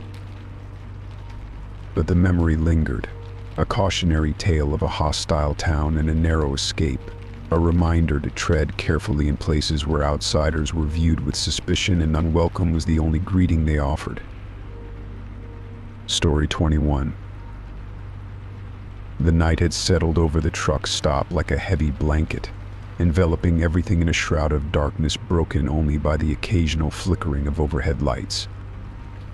Exhausted from hours on the road, I had parked my rig in a secluded corner of the lot, seeking a few hours of much-needed rest before continuing my journey. Inside the cab, the dim glow of the dashboard cast a soft light, creating a semblance of comfort in the otherwise stark interior. I reclined the seat slightly, letting out a tired sigh as I closed my eyes, ready to drift into a restless sleep. It was during one of those fleeting moments between wakefulness and slumber that I noticed it, a small, blinking light in the corner of the cab. At first I dismissed it as a reflection from the dashboard or a trick of tired eyes. But as I blinked away the remnants of sleep, the light persisted, its rhythmic blink drawing my attention like a beacon in the night. Curiosity mingled with unease. I leaned forward and followed the light's source to a corner near the ceiling of the cab. There, hidden in the shadows, was a small, inconspicuous camera, a tiny lens staring back at me with an unblinking gaze. My heart skipped a beat as realization dawned upon me. Someone had violated my privacy, invading the sanctity of my temporary haven on the road. Anger simmered beneath the surface, mingling with a sense of violation that cut through the exhaustion like a knife. Without hesitating, I reached up and carefully detached the camera from its hiding place.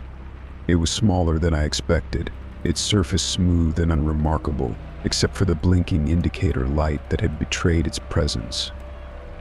Holding it in my hand, I felt a surge of determination to uncover the truth behind this unsettling discovery. My first instinct was to call the police. With trembling fingers, I dialed the emergency line, my voice steady despite the racing of my heart. The dispatcher listened attentively as I recounted the discovery of the hidden camera, each word punctuated by a growing sense of urgency. Within minutes, a patrol car arrived at the truck stop, a lone beacon of authority amidst the sea of parked rigs. 2 officers stepped out, their expressions serious as they approached my cab.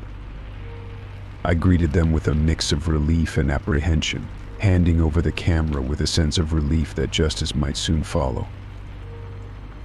The officers inspected the camera carefully, their brows furrowing in concentration as they documented its position and took notes.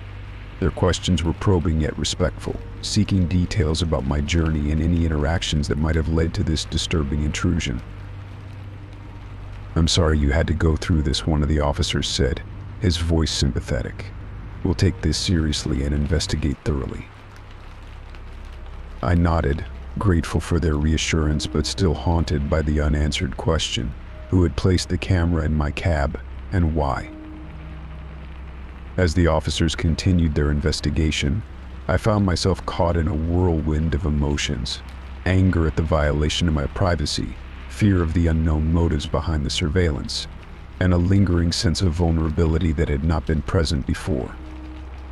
Hours passed as statements were taken, evidence was collected, and assurances were given that steps would be taken to identify the culprit. Yet, as dawn broke over the horizon and the truck stop came alive with the bustle of early morning activity, I was left with a gnawing sense of unease. The days that followed were marked by a heightened sense of vigilance. Every shadow seemed deeper, every passing vehicle a potential threat. I kept a wary eye on my surroundings, acutely aware of the vulnerability that came with life on the road. Despite their efforts, the police were unable to uncover any concrete leads. The camera yielded no fingerprints, no clues as to its origin or purpose. It was as if the device had materialized out of thin air, leaving behind only questions and a lingering sense of distrust.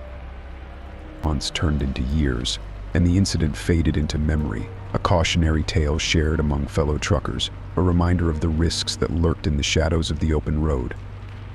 I continued my journeys, navigating highways and byways with a newfound wariness, always mindful of the unseen eyes that might be watching. To this day, the mystery of the hidden camera remains unsolved, a silent reminder of a night when my sanctuary on wheels was breached, and the trust I once held in the anonymity of the road was shattered.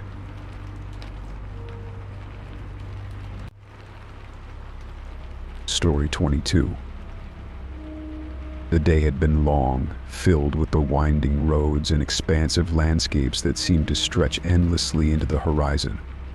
As the sun dipped below the distant hills, casting a golden hue across the sky, I knew it was time to find a place to rest for the night.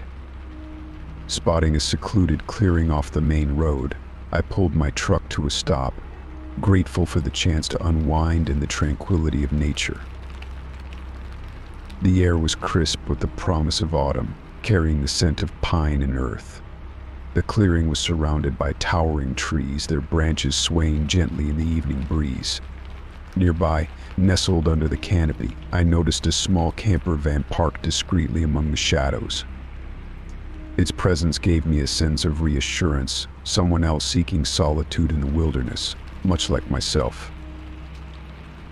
After a simple meal from provisions I had packed, I settled in for the night, cocooned in the warmth of my sleeping bag within the confines of my truck. The night sky spread above like a velvet canvas, stars twinkling in distant constellations. The stillness was almost tangible, broken only by the occasional rustle of leaves or the distant call of a nocturnal creature. Sometime past midnight, I stirred from a restless sleep, awakened by a faint sound outside. At first, I dismissed it as a nocturnal animal passing through the underbrush. But as the moments ticked by, the noises grew more distinct, soft, deliberate footsteps crunching on the forest floor near my truck. Heart pounding, I peered cautiously out of the window, straining to see through the darkness. Moonlight filtered through the branches, casting eerie shadows that seemed to dance with each movement. My eyes scanned the clearing, searching for any sign of what had disturbed my rest. To my surprise and growing unease, the camper van that had been parked nearby was now conspicuously absent. Its absence sent a chill down my spine, the realization sinking in slowly. Where had its occupant gone in the dead of night, leaving behind only an unsettling silence? Every instinct screamed at me to start the engine, to flee from whatever unknown threat lurked in the darkness. But reason tempered my fear. Perhaps it was nothing more than a fellow traveler venturing into the woods for a late-night walk. Yet the absence of any noise or indication of return gnawed at my nerves. Minutes passed like hours as I sat in tense vigilance, my eyes darting between the surrounding trees and the empty space where the camper had been. The forest seemed to hold its breath, the stillness oppressive in its intensity. Each rustle of leaves or distant hoot of an owl sent my pulse racing anew, anticipation coiling in the pit of my stomach. As the night wore on, I reluctantly resigned myself to the fact that sleep would elude me. The eerie feeling of being watched persisted, a lingering sensation that refused to be ignored. Had I imagined the footsteps, the vanishing camper, or was there truly something amiss in this remote corner of the wilderness? Dawn broke slowly, casting a pale light over the clearing and dispelling the shadows that had haunted me through the night. With a sense of cautious relief, I gathered my belongings and prepared to leave, eager to put the unsettling encounter behind me. The road beckoned, promising a return to the familiarity of civilization and the comfort of populated areas. As I drove away from the secluded clearing, the memory of that night lingered like a ghostly whisper in the back of my mind. I couldn't shake the feeling that I had narrowly escaped something inexplicable, a solitary camper disappearing into the night, leaving behind only questions and a lingering sense of unease. In the days that followed, I found myself recounting the encounter to friends and fellow travelers, seeking reassurance that I hadn't imagined the entire ordeal. Some dismissed it as a trick of the mind, a product of fatigue and the eerie ambiance of the wilderness.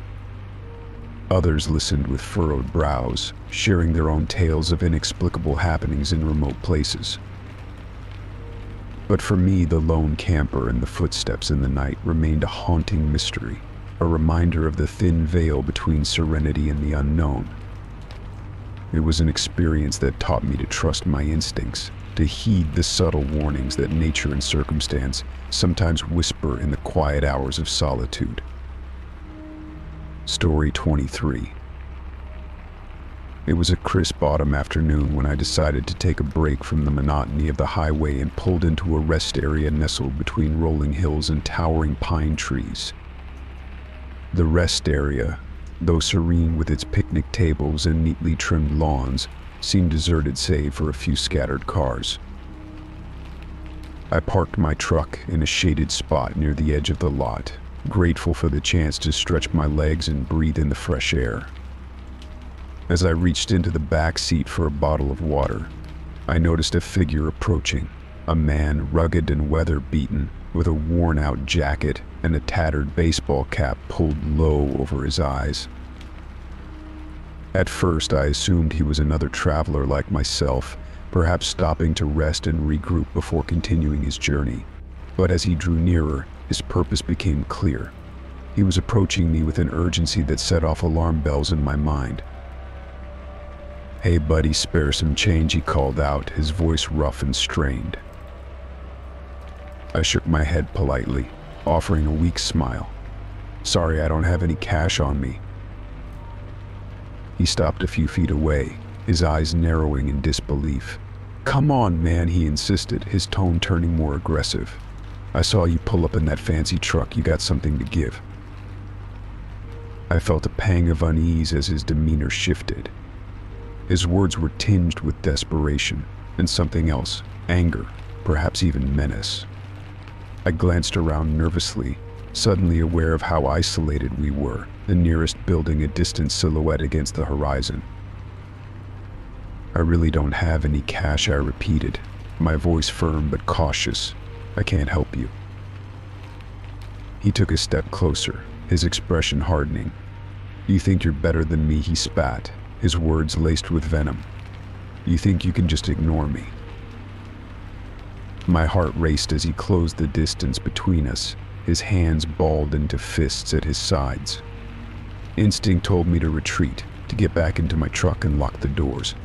But before I could move, he lunged forward, striking the side of my truck with a force that made me stagger back.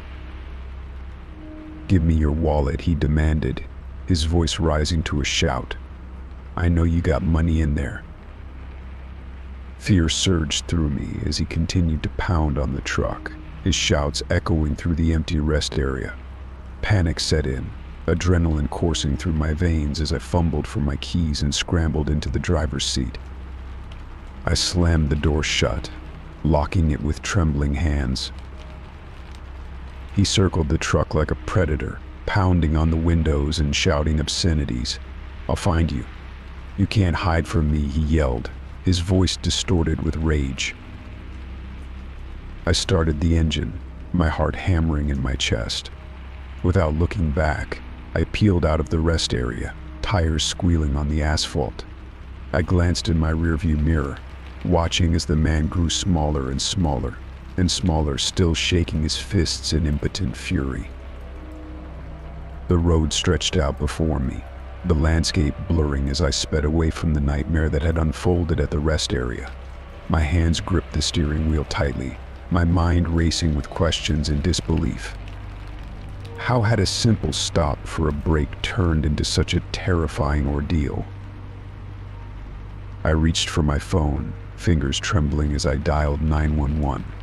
The dispatcher listened intently as I recounted the encounter, my voice shaking with residual fear. They assured me that officers would be dispatched to the rest area immediately and advised me to continue driving until I felt safe enough to stop. Hours later, I finally pulled into a well-lit gas station on the outskirts of a bustling town. I parked under the bright lights, the harsh glare providing a stark contrast to the darkness that had engulfed me earlier.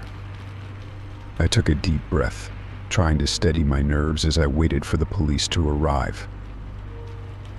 When they did, I recounted the incident once more, my hands still shaking as I handed over my statement. The officers assured me that they would conduct a thorough search of the area and increase patrols to ensure the safety of travelers. As I drove away from the gas station, the weight of what had happened began to sink in.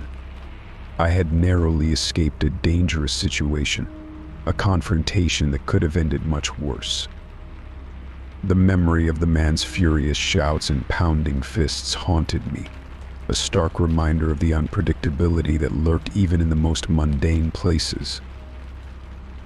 Since that day, I've been more cautious, especially when stopping at rest areas or unfamiliar locations. The encounter left an indelible mark on my psyche, a reminder that danger can strike unexpectedly, and that vigilance is a traveler's best defense. As for the rest area where it all happened, I've avoided it like the plague. The serene picnic tables and shaded parking spots now hold a sinister shadow in my mind, a reminder of the day when a simple break turned into a fight for safety and survival. Story 24. It was a chilly evening on a desolate stretch of highway, the kind of road that seemed to disappear into the horizon, swallowed by the encroaching darkness. I had been driving for hours, the steady hum of the engine and the rhythmic beat of tires against pavement my only companions on the lonely journey. As twilight began to fade into night, I noticed headlights in my rearview mirror. At first I paid it no mind, traffic was sparse, and encounters with other vehicles were infrequent on this remote route. But as the miles stretched on, I became acutely aware of the persistent presence behind me. The headlights belonged to an unmarked truck, dark and ominous in the fading light. It was unlike any vehicle I had seen before on these roads, no license plates, no markings to identify its owner or purpose. A chill crept up my spine as I realized it wasn't just following me, it was tailgating, dangerously close, its headlights glaring in my mirrors. I tried to shake off the unease, focusing on the road ahead and maintaining my speed. But the truck persisted, its relentless pursuit unnerving me with each passing mile. Questions raced through my mind. Who was behind the wheel? Why were they following me? Fear gnawed at my gut as I contemplated the possibilities. Desperate to evade the looming threat, I considered my options. Should I pull over and confront them? Call the authorities? Neither seemed feasible on this isolated highway, where help was miles away and the darkness seemed to swallow sound and reason alike. With adrenaline coursing through my veins, I made a snap decision. I checked my mirrors, gauging the distance between us, and then, without warning, I veered sharply towards the next exit. Gravel crunched under my tires as I sped down the ramp, heart pounding in my chest. I glanced back. The unmarked truck hesitated for a moment, its headlights illuminating the sign for the exit I had just taken. For a heart-stopping moment, I feared it would follow. But then, to my immense relief, it continued straight ahead, disappearing into the night.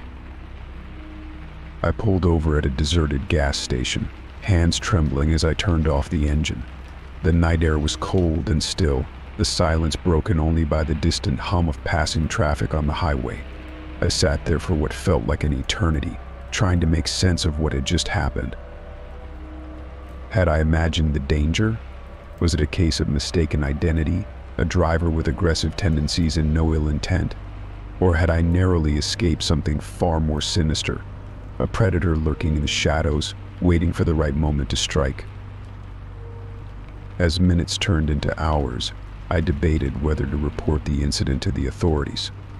But what would I tell them? An unmarked truck with no license plates had followed me, its driver intent on forcing me off the road. The thought sent a shiver down my spine. Eventually, I resumed my journey, eyes scanning the road ahead with heightened vigilance. Every passing vehicle made my heart skip a beat, every flicker of headlights in my mirrors a reminder of the paranoia that now colored my perception of the road.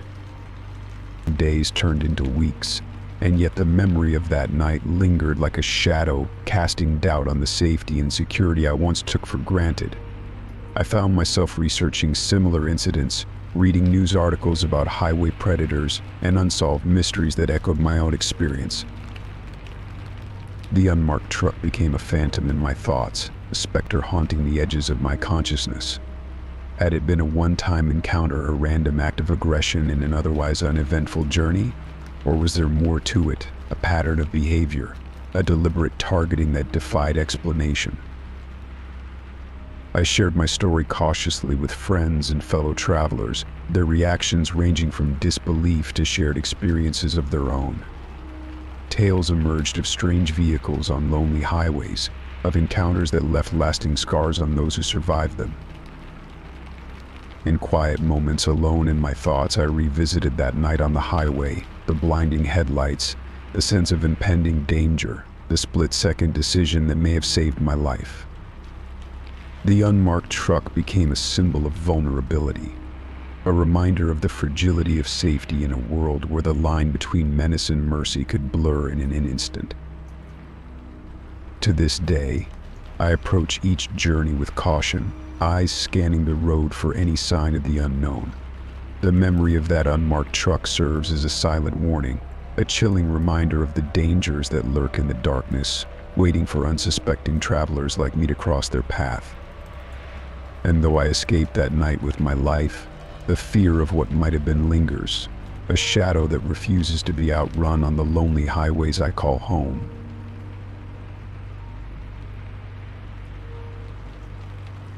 Story 25. The desert stretched endlessly around me, a vast expanse of sand and sky that seemed to swallow the road ahead.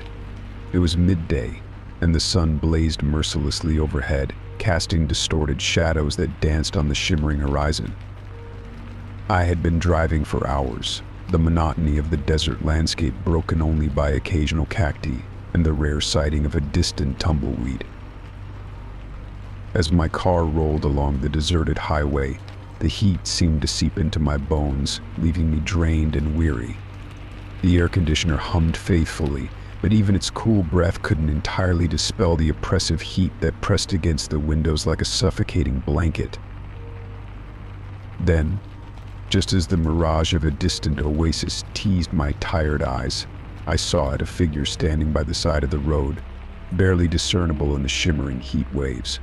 My heart skipped a beat, a surge of adrenaline momentarily dispelling my weariness.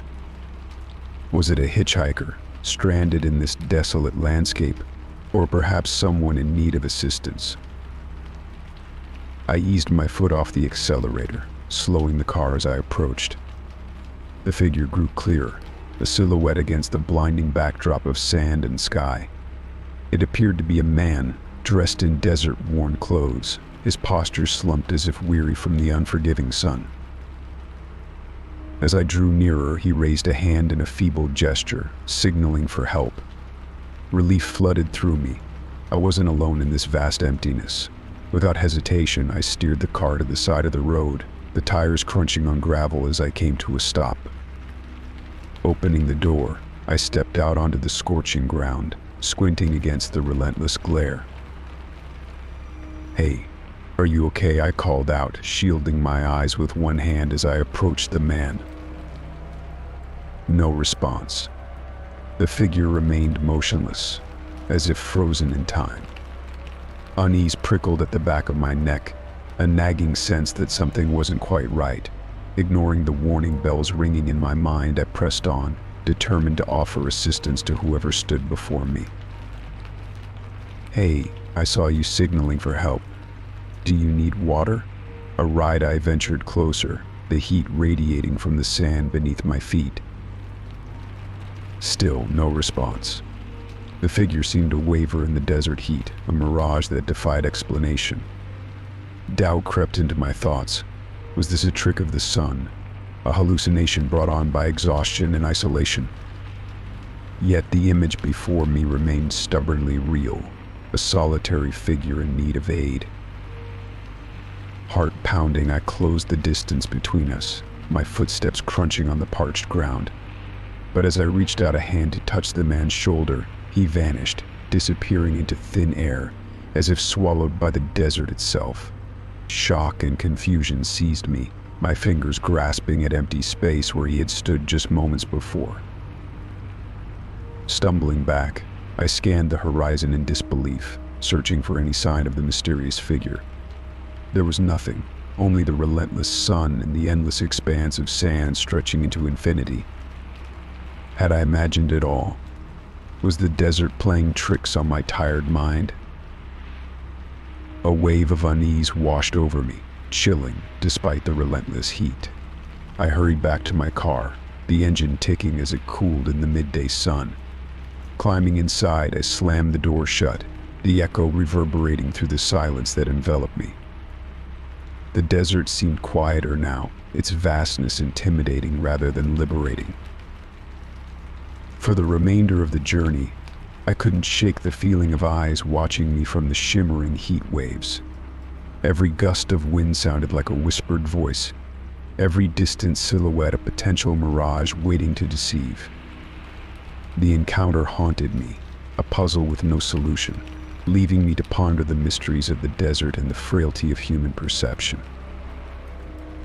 Arriving at my destination, I recounted the strange encounter to friends and locals, hoping for answers that never came. Some nodded knowingly, sharing tales of desert mirages and spectral figures that haunted the lonely highways. Others dismissed it as a trick of the sun, a product of too much time spent in isolation. But deep down, I knew there was more to it, The inexplicable disappearance, the unsettling feeling that lingered long after the desert had faded from view. It left an imprint on my memory, a reminder of the mysteries that dwell beyond the edge of familiarity. Years later, I still find myself drawn to stories of the desert, their allure and their dangers intertwined like threads in a tapestry. The memory of that day remains vivid, a testament to the fragile boundary between reality and illusion, between what we see and what lies hidden beneath the surface. As for the figure in the desert, I may never know the truth of what I saw that day. Perhaps it was a fleeting mirage, a trick of light and heat.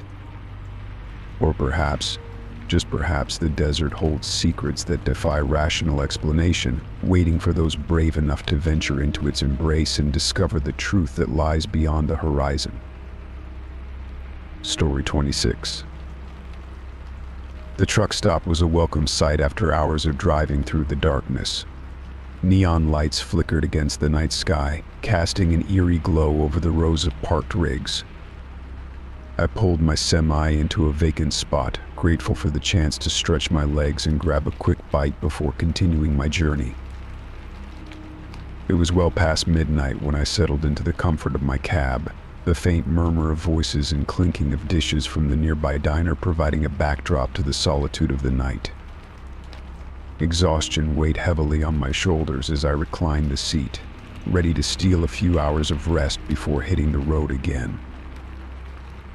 Just as I began to drift into a fitful sleep, I was jolted awake by a sharp, rhythmic tapping on the cab door. My eyes snapped open, heart pounding in my chest. Knocking on truck doors wasn't uncommon at rest stops, usually fellow drivers checking in or asking for directions. But this knocking felt different, urgent, persistent. I glanced at the digital clock on the dashboard. It read 3:27 a.m. Who would be knocking at this hour? I strained to listen, but the knocking had stopped as abruptly as it had begun, leaving only the low hum of the engine and the distant rumble of passing trucks. Shaking off the unease, I chalked it up to fatigue playing tricks on my mind. I adjusted my position, closing my eyes in an attempt to reclaim the sleep that had been rudely interrupted. But just as I started to drift off again, the knocking returned, louder this time, more insistent. I sat up straight, adrenaline coursing through my veins. "Hello," I called out tentatively, my voice barely audible over the hum of the idling engine. Silence greeted me in response. No footsteps, no voices, just the stillness of the night. I hesitated, hand hovering over the door lock. Maybe it was a prank, a fellow trucker having a laugh at my expense. But the knocking continued, each thud echoing through the metal frame of the cab, sending a chill down my spine. With a deep breath, I steeled myself and swung open the door, ready to confront whoever or whatever was on the other side. But to my bewilderment, there was no one there. The truck stop lay quiet and empty, bathed in the soft glow of the overhead lights. Confusion mingled with apprehension as I stepped cautiously onto the pavement, scanning the area for any sign of movement. The night air was cool against my skin, carrying with it the scent of diesel and asphalt. But there was no trace of the mysterious knocker, no lingering presence except for the lingering sense of unease. I closed the door firmly behind me, heart still racing. Maybe it was a trick of the wind, I reasoned, a loose branch tapping against the cab. But as I climbed back into the driver's seat and closed my eyes, the knocking resumed once more, louder and more persistent than before.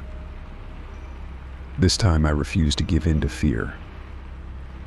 Jaw set, I swung open the door again, determined to catch whoever was playing this unsettling game. But once again the truck stop was empty, the silence heavy with unanswered questions. As the night wore on, the knocking continued at irregular intervals, each instance more unnerving than the last. I tried to reason with myself to find a logical explanation for the inexplicable. Was it a restless spirit, seeking solace in the familiarity of truckers passing through? Or was it something more sinister, lurking in the shadows of the night? Hours passed in a haze of uncertainty and sleeplessness. I dared not close my eyes for fear of what I might see or hear next. The knocking persisted until the first light of dawn crept over the horizon, casting long shadows across the empty parking lot. With the arrival of daylight, the knocking finally ceased, leaving me shaken and exhausted. I wasted no time in starting my rig, eager to put the unsettling night behind me. As I pulled out of the truck stop, I glanced back one last time at the spot where I had spent a sleepless night, haunted by an inexplicable phenomenon. In the days that followed, I shared my experience with fellow truckers, hoping to find some semblance of understanding or reassurance. Some dismissed it as a prank or a figment of my imagination, while others shared similar encounters of their own, stories of unexplained noises, eerie apparitions, and inexplicable events at truck stops and rest areas across the country. But for me, the memory of that late-night knocking remains vivid and unsettling, a reminder of the thin veil that separates the known from the unknown, the mundane from the mysterious. And as I continue my journeys along the open road, I remain vigilant, wary of the unseen forces that may lurk in the darkness, waiting to be discovered or left undisturbed. Story 27. The sun was beginning its descent behind the horizon, casting long shadows across the highway as I pulled into the rest area. It had been a long day of driving, and I welcomed the chance to stretch my legs and grab a quick bite to eat before continuing on my journey. As I parked my truck and stepped out into the cool evening air, a sense of relief washed over me. The rest area was quiet, scattered with a few other vehicles whose occupants were likely also taking a break from the road. I made my way to the small convenience store, eager for a hot cup of coffee and a chance to rest my weary eyes. Inside, the store was dimly lit, shelves stocked with snacks and essentials for weary travelers like myself. I exchanged pleasantries with the cashier, a middle-aged woman with a friendly smile, before making my selections and heading back to my truck. As I approached my trailer, something caught my eye, a slight movement, almost imperceptible, from the corner of my vision. Instinct kicked in, sending a shiver down my spine as I unlocked the trailer doors cautiously. What I found inside took me completely by surprise. A man huddled in the far corner, his eyes wide with fear as he stared back at me. I stumbled back, my heart pounding in my chest as I struggled to comprehend the situation. "What are you doing in there?" I demanded, my voice a mixture of shock and apprehension. The man hesitated for a moment before speaking, his words rushed and breathless. "I was looking for a ride," he stammered, his gaze darting nervously around the cramped confines of the trailer. His appearance was disheveled, clothes rumpled, hair unkempt, as if he had been on the run for some time. His explanation didn't sit right with me. The rest area was well lit and frequented by travelers. Why would he choose to hide in the back of my trailer, of all places? Suspicion gnawed at the edges of my mind, mingling with concern for what this unexpected encounter could mean. Without another word, I stepped back and pulled out my phone, keeping a wary eye on the man as I dialed the emergency number for the police. The dispatcher listened attentively as I relayed the situation, my voice steady despite the adrenaline coursing through my veins. Within minutes, I heard the distant wail of sirens approaching. Relief flooded through me as I realized help was on the way, but apprehension lingered as I kept a vigilant watch over the man in my trailer. He remained silent now, his eyes downcast as he waited for the inevitable arrival of law enforcement. When the officers arrived, I stepped back and let them take control of the situation. They approached cautiously, their hands resting on their holstered weapons as they instructed the man to step out of the trailer slowly. He complied without resistance, his shoulders slumped in defeat. Questions flew back and forth as the officers took him into custody, their voices low and authoritative against the backdrop of the rest area. I watched from a distance, still trying to make sense of what had just unfolded. Who was this man? What had driven him to seek refuge in my trailer? As the officers led him away for questioning, one of them approached me with a clipboard in hand. "Can you tell us what happened?" he asked, his tone gentle yet probing. I recounted the events leading up to my discovery of the man, emphasizing my concern for both his safety and mine. He claimed he was looking for a ride, I concluded, my voice trailing off as I struggled to articulate the lingering unease I felt. The officer nodded solemnly, jotting down notes on the clipboard before thanking me for my cooperation. It wasn't until later, after giving my statement and receiving assurances from the officers that the man would be thoroughly questioned and evaluated, that I allowed myself to exhale. The adrenaline began to ebb, replaced by a sense of weariness that settled deep into my bones. Driving away from the rest area, the events of that evening replayed in my mind like a surreal film reel. The unexpected passenger, hiding in the shadows of my trailer, had been a stark reminder of the unpredictability of life on the road. It was a reminder to remain vigilant, to trust my instincts, and to always be prepared for the unexpected. Months passed before I received any closure on the incident. A call from the local police department informed me that the man had been apprehended for unrelated charges, his true intentions that night still a mystery. The relief was palpable, tempered by the lingering awareness that I had narrowly avoided a potentially dangerous situation. The experience left its mark, a cautionary tale woven into the fabric of my travels, a reminder to never underestimate the importance of vigilance and quick thinking. The unexpected passenger had taught me a lesson in trust and skepticism, a lesson that would stay with me long after the memory of that fateful night began to fade.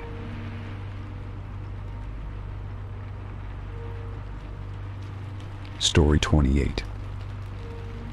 The diner was a quaint roadside stop, its neon sign flickering intermittently against the gathering dusk. I had been on the road for hours, the monotony of the highway broken only by occasional glimpses of small towns and wide-open fields. Pulling into the diner's parking lot, I welcomed the chance to stretch my legs and grab a hot meal. Inside, the air was heavy with the scent of frying oil and coffee. The diner was sparsely populated, a few locals sitting at the counter, their murmured conversations blending with the low hum of an old jukebox in the corner. I chose a booth near the window, sliding into the cracked vinyl seat with a sigh of relief. A tired-looking waitress approached, her pen poised over a well-worn pad. "What can I get for ya?" Her voice was weary but friendly, a stark contrast to the long day etched on her face. "Just a burger and fries, please," I replied, flashing her a grateful smile. As she shuffled off to place my order, I leaned back, gazing out the window at the darkening sky. The parking lot was empty save for a few scattered cars, their paint faded by years under the sun. It was the kind of place where time seemed to slow, where the concerns of the outside world faded into the background. Lost in thought, I didn't notice the man until he slid into the booth opposite mine. His presence was sudden and unexpected, catching me off guard. He was middle-aged, with a weathered face and piercing eyes that seemed to scrutinize every detail of my being. "Mind if I join you?" His voice was friendly enough, but there was an edge to his tone that set my nerves on edge. I hesitated, caught off guard by his intrusion. Sure," I replied cautiously, unsure how to politely refuse. He settled in, his gaze never leaving mine. "You're not from around here, are you?" I shook my head, trying to mask my unease. "Just passing through." He nodded slowly, as if considering my answer. "Where you headed?" "Just up north," I replied vaguely, hoping to deflect his line of questioning. He leaned forward slightly, his eyes narrowing. "What's your cargo?" The question caught me off guard. Cargo.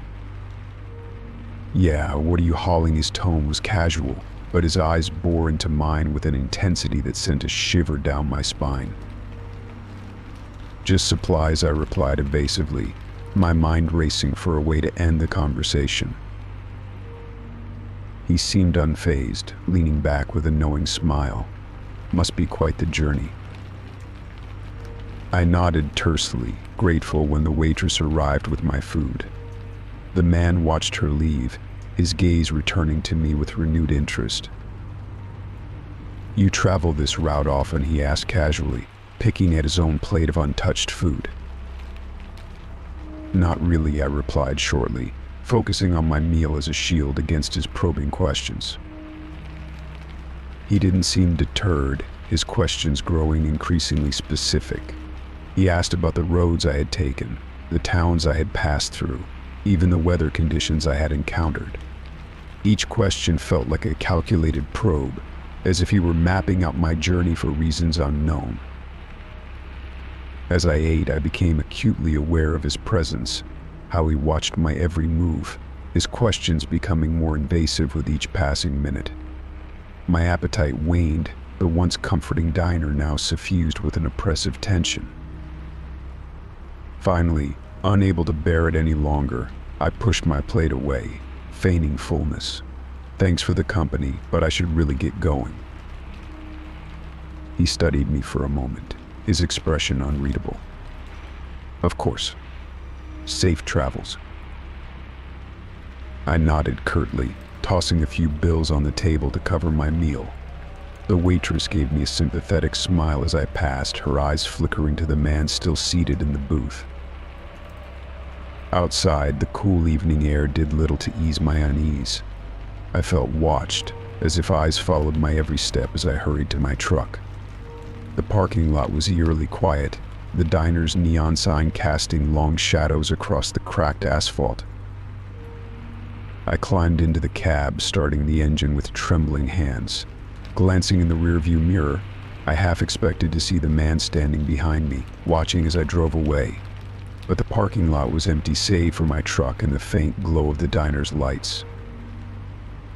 As I pulled onto the highway, relief flooded through me. The diner faded into the distance, replaced by the open road and the promise of distance from the unsettling encounter. Yet the memory lingered, a reminder of how quickly a routine stop could turn unsettling, of the strangers whose intentions remained hidden behind polite conversation and probing questions.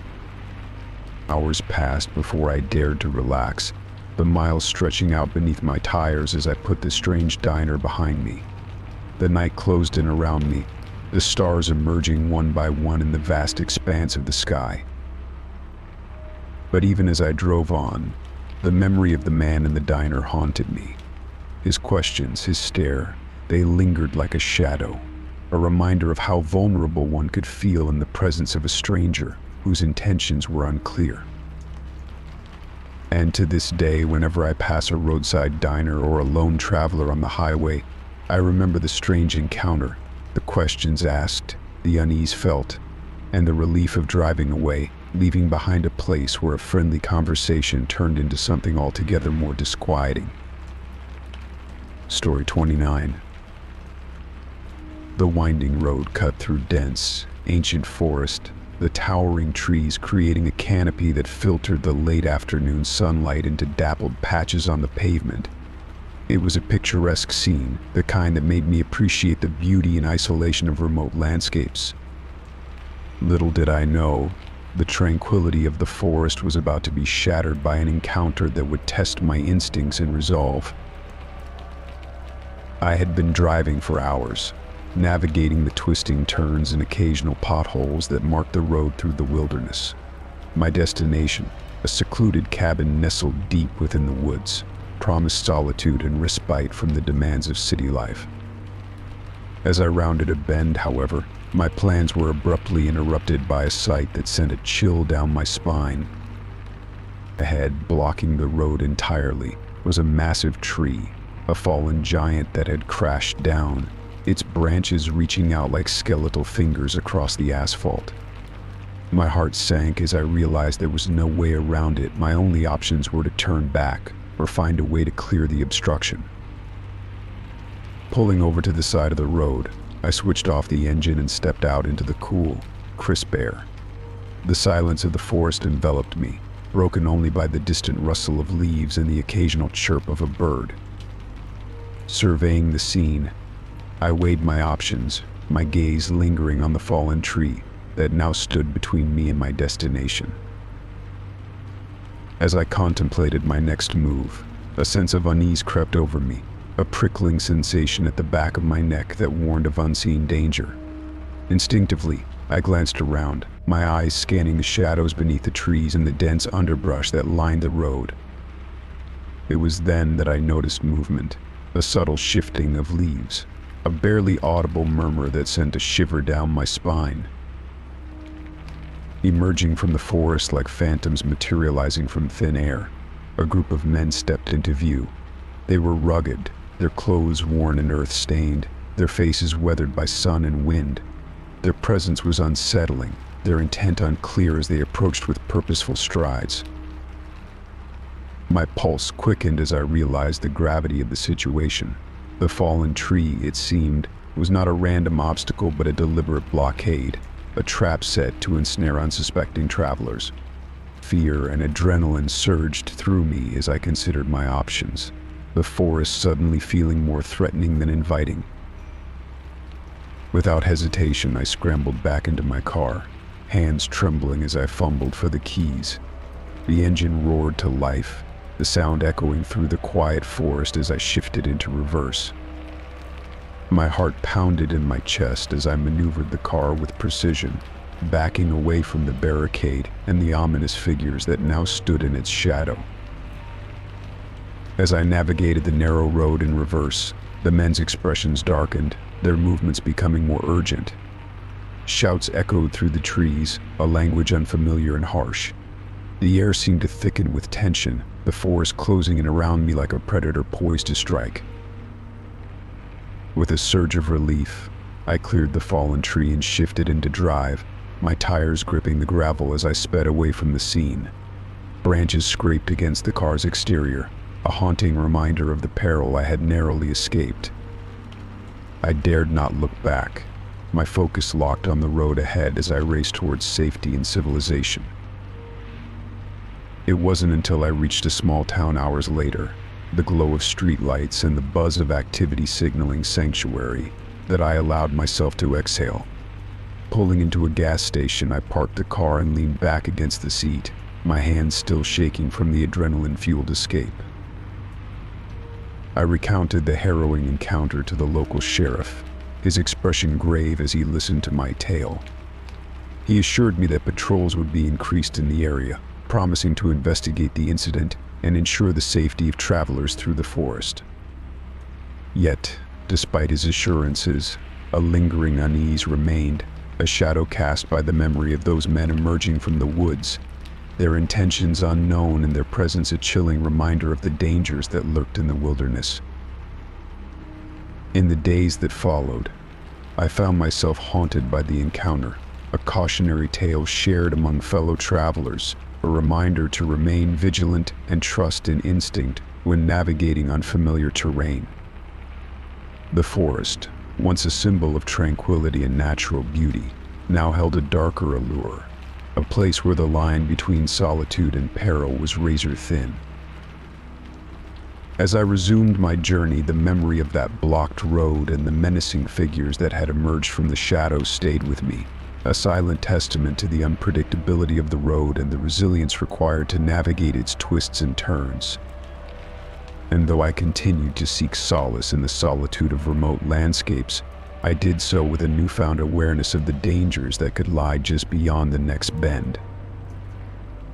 Story 30. The sun hung low on the horizon as I drove down a solitary stretch of highway, the monotony of the road broken only by occasional patches of scrubby desert vegetation. My mind drifted between the steady hum of the engine and the vast expanse of the landscape stretching out before me. It was during one of these stretches, where the road seemed to disappear into the horizon, that I first noticed the abandoned truck. Its hulking form sat awkwardly on the gravel shoulder, door yawning wide open, as if in silent invitation. At first glance, it appeared like any other roadside relic left to rust under the relentless sun. Yet something about the scene struck a discordant note in the peaceful solitude of the desert. Curiosity piqued. I pulled over a safe distance away, the crunch of gravel under my tires echoing faintly in the stillness. Stepping out into the dry heat, I approached cautiously, senses on high alert. The abandoned truck, a large semi with faded red paint, loomed before me like a silent sentinel of the road. The air hung heavy with silence, broken only by the faint whistle of the wind through the sparse desert vegetation. As I drew closer, details emerged, the door ajar, a small cloud of dust settling around the tires, and no sign of the driver. A shiver ran down my spine, a primal instinct warning of unseen dangers. Peering inside the cab, I noted scattered papers and an empty coffee cup in the cup holder. The keys were still dangling from the ignition, swaying gently in the breeze like a silent pendulum. It was as if the driver had simply vanished into thin air, leaving behind a trail of eerie silence and unanswered questions.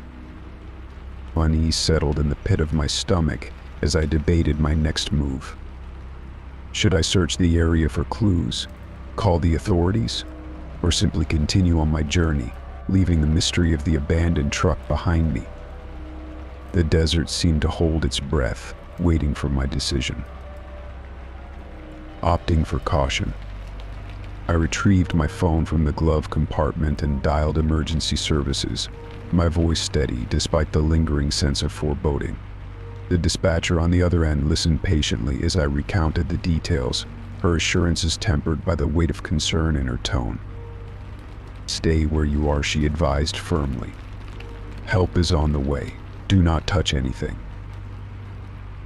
I nodded, though she couldn't see me, and backed away from the truck, casting a wary glance over my shoulder at the empty expanse of desert. Minutes stretched into an eternity as I waited, the silence punctuated only by the distant hum of approaching sirens.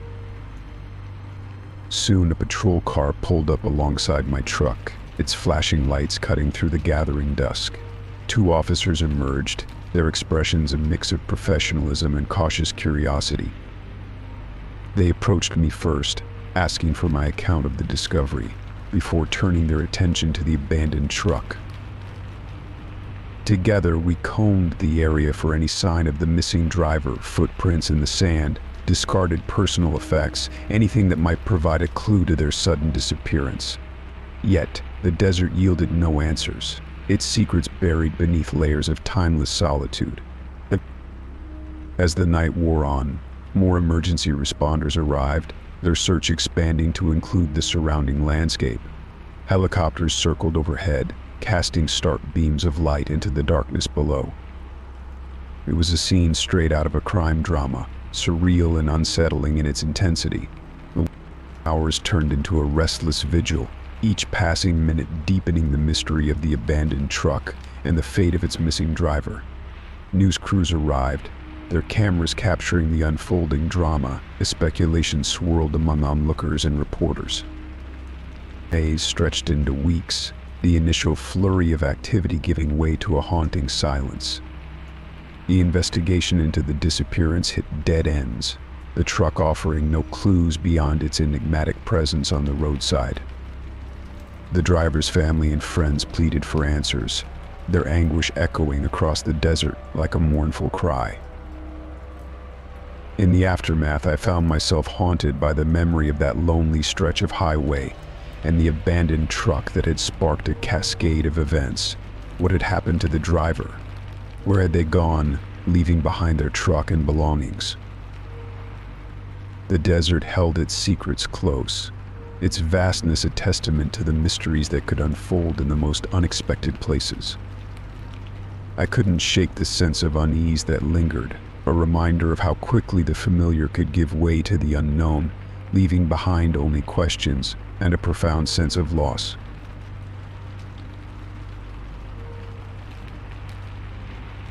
Story 31. The road had been long and lonely, stretching endlessly under the starlit sky as I drove my rig through the quiet countryside. Exhaustion weighed heavily on my shoulders, urging me to find a place to rest. Spotting a secluded truck stop on the outskirts of a small town, I pulled in, grateful for the chance to finally get some sleep. Parking in a dimly lit corner of the lot, I settled into the familiar comfort of my cab. The soft hum of the engine and the rhythmic ticking of the cooling metal were soothing lullabies as I drifted off into a restless slumber. Hours passed. The night deepened, enveloping the world in a cocoon of darkness. Somewhere in the depths of my dreams, a sound intruded, a faint scraping noise, like metal against metal. I stirred, consciousness dragging me reluctantly back to reality. My eyes snapped open, heart pounding in my chest. The cab was bathed in darkness, the only light filtering through the thin curtains covering the windows. Another scraping sound echoed through the silence, closer this time, accompanied by the faintest whisper of movement outside. Adrenaline surged through me as I realized someone was trying to break in. Panic gripped my chest, my mind racing through the possibilities. Who was out there? What did they want? Instinct took over. Without hesitation, I lunged for the dashboard, slamming my hand down on the horn with all my strength. The blaring sound shattered the stillness of the night, reverberating through the empty lot like a warning cry. Simultaneously, I flipped the switch for the cabin lights, flooding the interior with brightness. The sudden illumination revealed fleeting glimpses of movement, a shadowy figure darting away from the cab, blending into the darkness like a ghost.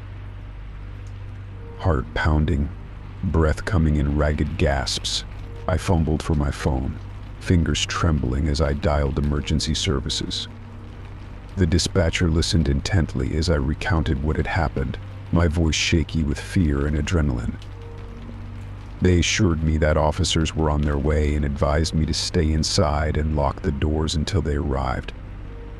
Minutes stretched into eternity as I sat in the cab, every sound amplified by my heightened senses.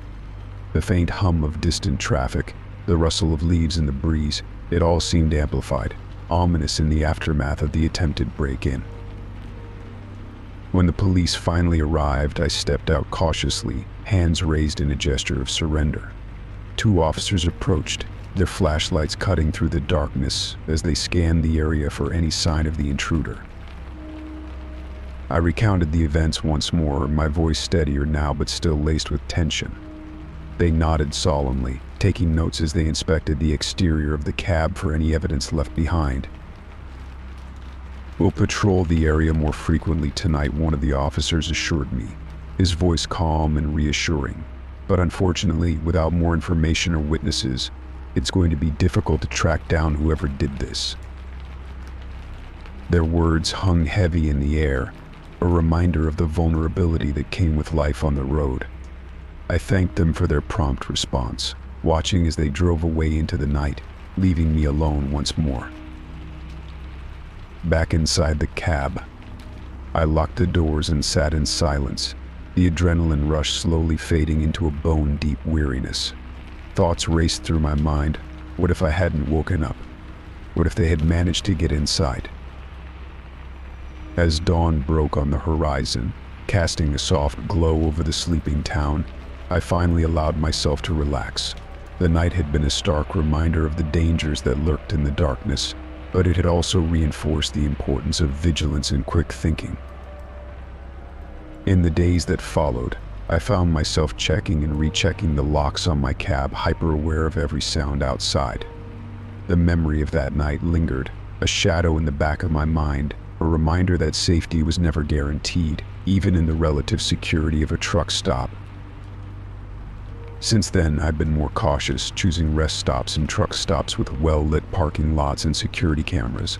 The incident left an indelible mark on my psyche, a reminder that life on the road could be as perilous as it was liberating. As for the intruder, they remained a mystery, their motives and identity lost in the darkness of that fateful night. But one thing was certain, I would never forget the sound of their footsteps outside my cab, a chilling reminder of how quickly tranquility could turn to terror in the dead of night. Story 32. The campground loomed before me as the last light of day faded into the horizon.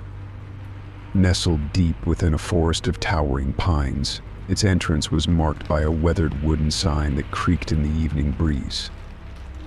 Whispering Pines Campground it read, though the name did little to dispel the unease settling in the pit of my stomach. I had been on the road for hours, the monotony of the highway broken only by occasional glimpses of nature's grandeur, a fleeting deer bounding across a meadow, the sun setting in a blaze of orange and pink hues. The decision to stop at this particular campground had been spontaneous, driven by fatigue and the allure of a peaceful night beneath the stars. As I maneuvered my truck through the winding paths, the canopy of trees overhead cast long shadows that danced ominously in the fading light. The campground itself appeared deserted, with rows of empty campsites shrouded in darkness. Only the occasional flicker of a distant lantern hinted at signs of life. I chose a spot near the edge of the campground, a secluded corner where the trees loomed like silent sentinels. The air was thick with the scent of pine needles and damp earth, a familiar comfort tinged with an undercurrent of foreboding. Setting up camp was a ritual I had performed countless times before, a tent pitched with practiced efficiency, a campfire sparked to life with kindling gathered from the forest floor. Yet tonight each sound seemed amplified, each rustle of leaves or crackle of flames a potential harbinger of something unseen. Night fell swiftly, enveloping the campground in an eerie stillness broken only by the crackling of the fire. I sat alone by its flickering light, a solitary figure in a sea of shadows, my senses on high alert. It started with a whisper, a soft rustling of leaves, barely audible above the gentle murmur of the wind. I dismissed it as a trick of the imagination, the product of an overactive mind in an unfamiliar place. But as the minutes ticked by, the sound grew louder, accompanied now by the unmistakable crunch of footsteps on gravel.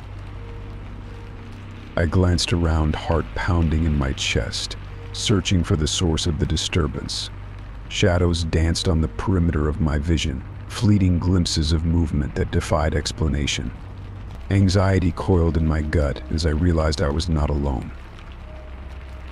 I called out into the darkness, my voice echoing into the night. "Hello? Is someone there?" The only response was silence, broken only by the rhythmic pulse of my own heartbeat.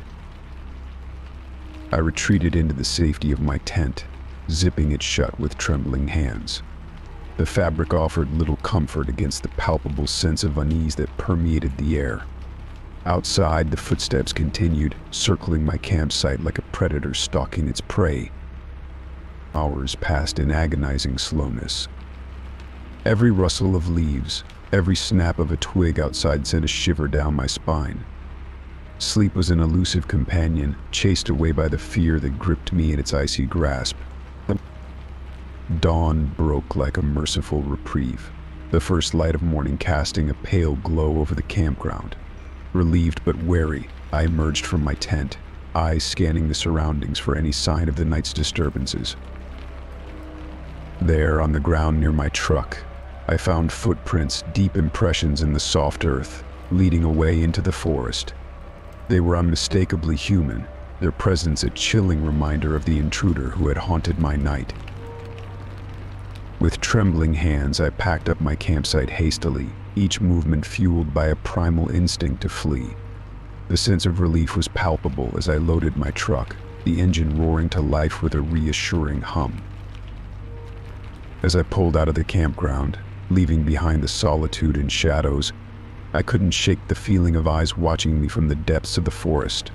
The memory of that night would linger, a haunting reminder of the thin veil that separates safety from danger, tranquility from turmoil. I drove away, the road stretching out before me like a lifeline to civilization. Behind me, the Whispering Pines campground receded into the distance, its secrets buried beneath a blanket of evergreen. And though I escaped unscathed, the echoes of that night would forever haunt my memories of nights spent beneath the stars. Story 33. It was a crisp autumn afternoon when I pulled into the rest stop, a small oasis nestled between rolling hills and surrounded by a canopy of colorful trees. The air was tinged with the scent of fallen leaves and the promise of cooler days ahead. I had been driving for hours, the rhythmic hum of the highway merging with the quiet solitude of the countryside. Parking my truck in a well-lit spot near the restrooms, I stepped out into the brisk air, stretching my legs and relishing the freedom from the confines of the driver's seat. The rest stop was quiet, save for the occasional murmur of fellow travelers and the distant call of birds overhead. It seemed like any other stop along the highway, safe, familiar, a brief pause in the journey. As I walked towards the vending machines to grab a snack, a man approached me from the shadows of the nearby tree line. He appeared ordinary enough, middle-aged, wearing a worn jacket and jeans, his face weathered by years spent under the open sky. His footsteps echoed softly on the pavement, a hesitant shuffle that caught my attention. "Excuse me, sir," he called out, his voice tinged with urgency. "Could you help me with my car? It's just over there, and I think the engine's acting up." I paused, studying him carefully. There was a sincerity in his eyes, a hint of desperation that tugged at my sympathy. Helping a fellow traveler was second nature to me, but a flicker of caution held me back. The rest stop, though seemingly safe, had an edge of isolation that reminded me of its vulnerability. "I'm sorry," I replied, keeping my tone neutral. "I'm not really good with cars. Maybe someone inside the rest stop can help you." His expression faltered, a shadow of frustration crossing his features. "Come on, man," he insisted, his voice taking on an edge of urgency. "I just need a hand with it. It won't take long." A knot of unease tightened in my stomach. Something about his insistence rang false, a discordant note in an otherwise tranquil afternoon. Trusting my instincts, I shook my head politely. "I'm sorry, I can't help you," I said firmly, taking a step back towards my truck. His demeanor shifted in an instant, his eyes narrowed, his jaw clenched with barely contained anger. "You think you're too good to help me," he sneered, his voice rising to a threatening pitch. "You think you're better than me." Alarm bells rang loudly in my mind. The tranquil afternoon shattered like glass, replaced by a sudden, chilling awareness of danger. His hostility was palpable, a wave of aggression that washed over me like a sudden storm. Instinctively, I backed away, my pulse quickening with each step. "I'm sorry," I repeated, my voice steady despite the fear coiling in my chest. "I really can't help you." His face contorted with rage, his fists clenching at his sides. "You're making a big mistake, buddy," he growled, taking a menacing step towards me. Heart pounding, I hurried towards my truck, fumbling for the keys in my pocket. Panic surged through me, a primal urge to escape, to find safety behind the locked doors of my vehicle. I glanced over my shoulder, his footsteps echoing behind me like a predator closing in on its prey. Reaching my truck, I slammed the door shut and locked it with shaking hands. I fumbled for my phone, fingers trembling as I dialed 911, desperate for help. The dispatcher answered swiftly, her calm voice a lifeline amidst the chaos unfolding outside. 911, what's your emergency? "There's a man at the rest stop," I blurted out, struggling to keep my voice steady. He approached me for help with his car, and when I refused, he became hostile. "He's threatening me." "Stay inside your vehicle," the dispatcher instructed, her voice firm and reassuring. "Officers are on their way. Can you describe the man to me?" I peered through the window, heart hammering in my chest as I described the man, his appearance, his clothing, the volatile expression etched on his face. Outside, the man paced back and forth, his gestures wild and unpredictable. Fear mingled with relief as I watched the flashing lights of approaching police cars in the distance. Minutes stretched into eternity as I waited, the tension thickening with each passing second. The man's threats echoed in my mind, a relentless drumbeat of danger that refused to fade. The rest stop, once a sanctuary, had become a battleground of wills, a stark reminder of how quickly safety could unravel. Finally, the police arrived, their presence commanding and authoritative. They surrounded the man, their voices firm yet measured as they urged him to cooperate. Slowly, reluctantly, he complied, his hostility dissipating in the face of overwhelming force. I watched from inside my truck, my hands still trembling as relief washed over me like a tidal wave. The officers approached my vehicle, their expressions sympathetic yet professional. They took my statement, reassured me of my safety, and offered words of caution for the road ahead. As they led the man away in handcuffs, I exhaled a shaky breath, the weight of the encounter settling heavily on my shoulders. The rest stop, once a mere pit stop on a long journey, had become a crucible of fear and uncertainty, a reminder of the vulnerability that lurked beneath the surface of everyday life. Driving away from the rest stop, the afternoon sun cast long shadows across the road ahead. The landscape seemed unchanged, serene in its timeless beauty. Yet, beneath its tranquil facade, I carried with me the memory of that day, a testament to the fragile balance between safety and danger, between trust and caution. In the days that followed, I reflected on the encounter, the choices made, the instincts trusted, and the resilience found in moments of adversity. The rest stop, once a waypoint on my journey, had become a marker of resilience, a testament to the courage it takes to confront fear and emerge stronger on the other side. And as I continued my journey, I vowed to remain vigilant, to trust my instincts, and to never underestimate the importance of staying safe, even in seemingly familiar places. The rest stop, with its lingering echoes of danger, had taught me a valuable lesson, a reminder of the unpredictable nature of the world and the resilience it takes to navigate its challenges.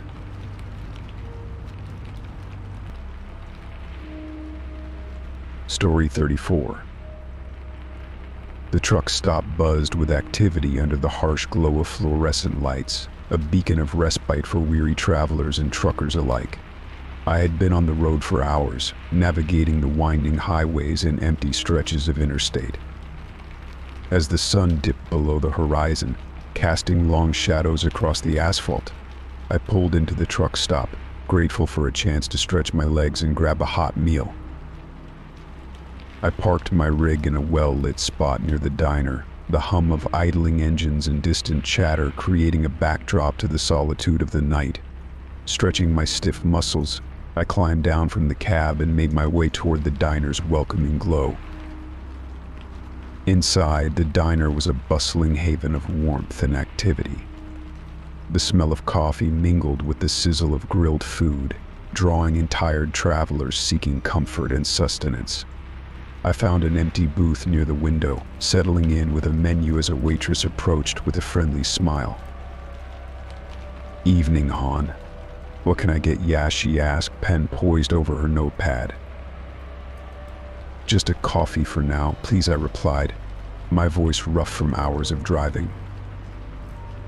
She nodded, jotting down my order before disappearing into the kitchen. I took a moment to survey the diner, noting the mix of tired faces and worn-out attire that marked fellow travelers. Among them, a man caught my eye, a stranger sitting alone at the counter, nursing a cup of coffee with a casual demeanor that seemed out of place. As I sipped my coffee, I couldn't shake the feeling of being watched. Glancing up, I met the stranger's gaze across the room. He smiled, a friendly gesture. yet something about it sent a shiver down my spine. I looked away, focusing on the steam rising from my cup as I tried to push aside the unease creeping into my thoughts. Moments later, the waitress returned with a fresh pot of coffee, refilling my cup with a practiced hand. "Anything else I can get for Yash?" she asked, eyeing me with a hint of concern. I shook my head, offering a grateful smile. "Just the check, please." She nodded, retrieving the bill and leaving me to finish my coffee in peace. But as I reached for my wallet, I sensed movement beside me. The stranger had left his seat at the counter and now stood beside my booth, his presence looming over me. "Mind if I join ya?" he asked, his voice smooth and unassuming. I hesitated, caught off guard by his sudden approach. Sure, I replied reluctantly, gesturing to the empty seat across from me. He sat down without invitation, his eyes lingering on me with a curious intensity. "Name's Mike," he offered, extending a hand. "Dave," I replied, shaking his hand briefly before withdrawing mine. Mike leaned back in his seat, studying me with a gaze that felt too probing for comfort. "So, what's your haul?" he asked casually, as if discussing the weather. I shifted uncomfortably, my instincts urging caution. "Just deliveries along the route," I replied vaguely, hoping to steer the conversation away from specifics. But Mike persisted, his questions probing deeper into my schedule, my destinations, and the nature of my cargo. Alarm bells rang in my mind. Why was he so interested? Was he just a curious traveler or something more? "I don't mean to pry," he said with a disarming smile. "Just curious about the life on the road." I offered non-committal responses, keeping my answers vague and steering the conversation toward neutral topics. But with each passing minute, Mike's persistence grew more unsettling. He seemed fixated on my truck, my schedule, details that should have been of little interest to a casual diner companion. As the conversation dragged on, I became increasingly uneasy. Other diners cast wary glances our way, sensing the tension that hung in the air. I glanced at my watch, feigning concern over my schedule. "Sorry, Mike, I've got to hit the road," I said finally, rising from my seat. His smile faltered, replaced by a hint of disappointment. "Sure thing, Dave. Safe travels out there," he replied, his tone masking a hint of frustration. I nodded curtly, making a swift exit from the diner and heading back toward my truck. The cool night air offered little solace as I climbed into the cab, locking the doors behind me. I glanced toward the diner one last time, half expecting to see Mike watching me from the window. With a deep breath, I started the engine and pulled away from the truck stop, eager to put the unsettling encounter behind me. But as I emerged onto the highway, a nagging sense of unease lingered, a reminder of the persistent stranger and the questions left unanswered in his wake. In the days that followed, I remained vigilant, keeping a wary eye out for any signs of Mike or his unwelcome curiosity. I shared my experience with fellow truckers, cautioning them to beware of overly inquisitive strangers at rest stops and truck stops. But the memory of that night lingered, a cautionary tale of the dangers that lurk beneath the surface of seemingly mundane encounters. And as I continued my journeys along the open road, I vowed to trust my instincts and keep my guard up, a small price to pay for the safety and security of life on the road. Story 35. The sun was setting low on the horizon, casting a warm golden hue over the rural landscape as I pulled my truck to the side of the road. It had been a long day of driving, and the last thing I needed was for my faithful vehicle to start acting up. With a sigh, I grabbed my phone and dialed the number for roadside assistance, hoping for a quick fix that would get me back on the road before nightfall. To my relief, the dispatcher assured me that help was on the way and that a mechanic would arrive shortly. I settled back in my seat, grateful for the mild weather and the quiet solitude of the countryside. Minutes ticked by, marked only by the occasional passing car and the distant calls of birds settling in for the evening.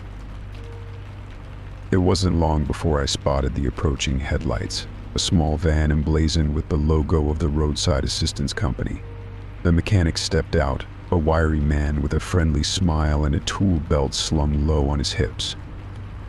I greeted him with a nod of thanks, explaining the minor issue I was experiencing with my truck. "Let's take a look," he said briskly, crouching down beside the front tire to inspect the problem. His hands moved deftly over the engine, checking fluid levels and examining the undercarriage for any signs of damage. After a thorough inspection, he straightened up with a thoughtful expression. "It's nothing major," he reassured me, his voice carrying a hint of expertise. "But I'll need to take your truck to the garage for a proper fix. Shouldn't take more than a couple of hours." Alarm bells rang faintly in the back of my mind. Taking the truck to the garage seemed excessive for such a minor issue, but I hesitated to question the mechanic's judgment. After all, he was the expert, and I was simply eager to get back on the road. "Is it necessary to take it to the garage?" I asked cautiously, eyeing the mechanic for any signs of hesitation or deception. He shrugged nonchalantly, a small frown creasing his brow. "It's just to make sure everything's done right," he replied vaguely, already moving to hook up my truck to the tow hitch on his van. I followed closely, my senses on high alert, as we made our way to the nearby garage. The drive was short but tense, my mind racing with possibilities. What if this mechanic had ulterior motives? What if my truck ended up needing extensive repairs that would delay my journey indefinitely? I gripped the steering wheel tightly, determined to stay vigilant until I had my truck back in working order. We arrived at the garage, a nondescript building tucked away on the outskirts of a small town. The mechanic led me inside, where a few other vehicles were parked awaiting attention. The smell of oil and grease hung heavy in the air, mingling with the metallic tang of machinery and the distant clatter of tools. "I'll get started right away," the mechanic said briskly, disappearing into the depths of the garage with my truck in tow. I paced nervously in the waiting area, my eyes darting over the assortment of outdated magazines and scattered tools that cluttered the space. Minutes turned into hours as I waited impatiently for any sign of progress. The sun dipped lower in the sky, casting long shadows through the grimy windows of the garage. Doubt gnawed at my resolve, mingling with a growing sense of unease. Finally, the mechanic reappeared, wiping his hands on a rag as he approached with a clipboard in hand. "All done," he announced cheerfully, handing me a detailed invoice outlining the repairs that had been made. I scanned it quickly, relief flooding through me as I noted the simplicity of the fix and the reasonable cost. "Thank you," I said sincerely, handing over my credit card to settle the bill. The mechanic nodded appreciatively, his smile widening as he assured me that my truck was now in peak condition. As I drove away from the garage, the tension that had gripped me for hours began to ebb. The mechanic's actions, though initially suspicious, had ultimately been driven by a desire to ensure my vehicle's safety and reliability. I couldn't fault him for that, even if his methods had left me wary and uncertain. Reflecting on the experience as I resumed my journey, I realized the importance of trusting professionals while remaining cautious and informed. The mechanic's decision to take my truck to the garage had been motivated by a commitment to thoroughness and quality, a commitment that had ultimately paid off. The disappearing roadside assistance incident became a footnote in my travels, a reminder of the unpredictability of life on the road and the occasional necessity of placing trust in strangers. It was a lesson learned, a story to share with fellow travelers as a cautionary tale, and a testament to the resilience of both vehicles and the people who keep them running smoothly. Story 36. The request came unexpectedly, like a whisper of intrigue in an otherwise mundane week. I was approached by a friend of a friend, really, someone I didn't know well but trusted enough to consider the favor they asked of me. "It's a simple delivery," he explained, his voice low and earnest. "Just a package, no return address, and you don't open it. Just drop it off at the specified location." His words carried a weight of mystery that piqued my curiosity, but caution held equal sway. I hesitated, my mind racing through the potential implications of agreeing to transport an unknown package. Yet the allure of adventure and the promise of a modest sum of money outweighed my reservations. "Where do I take it?" I asked finally, trying to sound nonchalant despite the butterflies fluttering in my stomach. He slid a small envelope across the table, its contents a simple handwritten address in an unfamiliar part of town. "Just drop it off there. No questions asked." I nodded slowly, taking the envelope with a solemn nod of agreement. "Got it." The package itself was unremarkable, a nondescript cardboard box sealed with plain packing tape. Its weight hinted at something substantial inside, but the lack of markings and the sealed instructions left me guessing. The day of the delivery arrived with a mix of anticipation and unease. I double-checked the address, memorizing it to avoid any incriminating evidence, and set out early to ensure a smooth handover. As I navigated through the city's maze of streets and alleys, I couldn't shake the feeling of being watched. Paranoia danced at the edges of my consciousness, fueled by glances from passers-by that seemed to linger just a fraction too long. The journey felt longer than it should have, each red light and stop sign prolonging the suspense. I kept stealing glances at the package on the passenger seat, its presence a constant reminder of the unknown. Finally, I reached the designated address, an old warehouse on the outskirts of town, its faded bricks and cracked windows a testament to years of neglect. The street was quiet, deserted save for a stray cat that watched me with unblinking eyes from a nearby dumpster. I parked in front of the warehouse, the engine ticking as it cooled. Grabbing the package, I hesitated for a moment before stepping out into the crisp afternoon air. The weight of the box felt heavier now, its contents a mystery that gnawed at my curiosity. Approaching the entrance cautiously, I found a small side door half hidden in the shadows. A rusted padlock hung limply from its latch, a futile attempt at security that only added to the eerie atmosphere. Taking a deep breath, I knocked softly on the door, half expecting it to swing open on its own.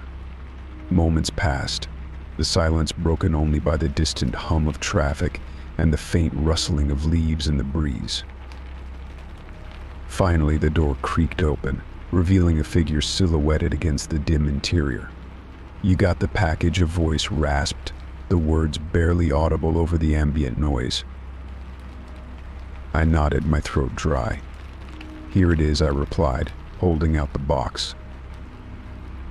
The figure stepped forward, reaching out with weathered hands to take the package. Their movements were deliberate, calculated, as if they had rehearsed this exchange 100 times before. "Thank you," the voice murmured, barely a whisper now. "You did well." Before I could respond, they closed the door with a soft click, leaving me standing alone in the fading light. The package was gone, along with the weight of uncertainty that had accompanied it. Turning back to my truck, I felt a strange mix of relief and lingering curiosity. Who was the recipient? What was in the box? The questions tumbled over each other in my mind, unanswered and perhaps destined to remain so. Driving away from the warehouse, the city skyline looming ahead, I couldn't shake the feeling of having stumbled into a clandestine world, a world where secrets were currency and trust was a fragile commodity. Days turned into weeks, and the memory of the delivery faded like a dream upon waking. Life resumed its familiar rhythm, filled with work, errands, and the mundane routines that anchored me to reality.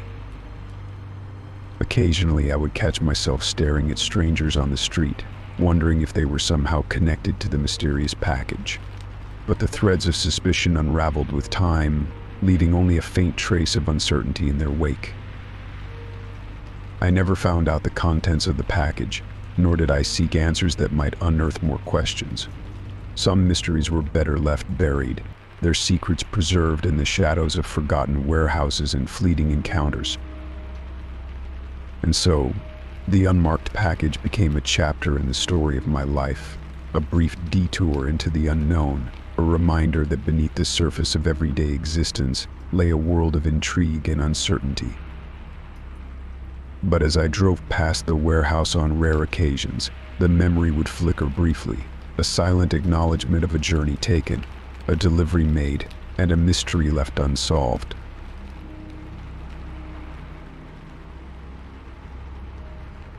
Story 37. The road had stretched on for miles, winding through desolate countryside under a moonlit sky. It was on such nights, when the world seemed hushed and suspended in time, that I found solace in the solitude of the open road. But that particular night, my journey led me to an unexpected encounter with the unknown, a haunting experience that would linger in my memory long after I had left it behind. As the hours wore on and fatigue settled in, I scanned the horizon for a place to rest.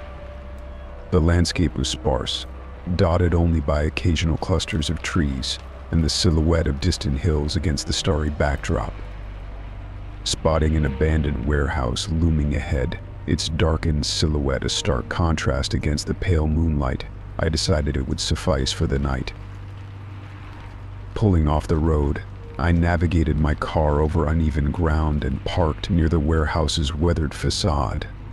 The structure stood like a sentinel of forgotten industry, its windows shattered and doors hanging askew on rusted hinges. Weeds and vines crept up its walls, reclaiming the once bustling hub of activity. Stepping out into the cool night air, I felt a sense of unease settle over me, a subtle shift in the atmosphere that sent a shiver down my spine. The warehouse, though abandoned, seemed to pulse with a quiet energy, as if whispering secrets of its past into the night. I settled into the back seat of my car, the soft hum of the engine now a distant murmur. The warehouse loomed ominously beyond my windshield, its dark interior a canvas for my imagination to paint with shadows and unseen specters. Despite my rational mind urging caution, exhaustion soon claimed me, and I drifted into a fitful sleep. It was the darkness that woke me, a profound stillness broken only by the distant hoot of an owl and the creak of shifting timbers. Blinking away sleep, I peered out through the car window, my gaze drawn inexorably to the warehouse looming in the night. At first, all was quiet, a stillness so palpable it seemed to press against my eardrums. But then, faintly at first I heard it, the unmistakable sound of footsteps echoing through the cavernous space within the warehouse. Each footfall reverberated like a heartbeat in the silence, growing louder and more insistent with each passing moment. My pulse quickened, adrenaline flooding my veins as I strained to discern the source of the sound. Shadows danced along the warehouse walls, their movements fluid and unsettling in the dim moonlight. Fear prickled at the back of my neck, urging me to retreat, to flee the eerie tableau unfolding before me. But curiosity, that insatiable human trait, held me in its grip. Peering into the darkness, I caught glimpses of fleeting shapes, a figure darting from shadow to shadow, their presence elusive yet undeniable. Cold sweat trickled down my spine as I realized I was not alone. Something, or someone moved within the abandoned labyrinth, their intentions unknown and their presence a chilling mystery.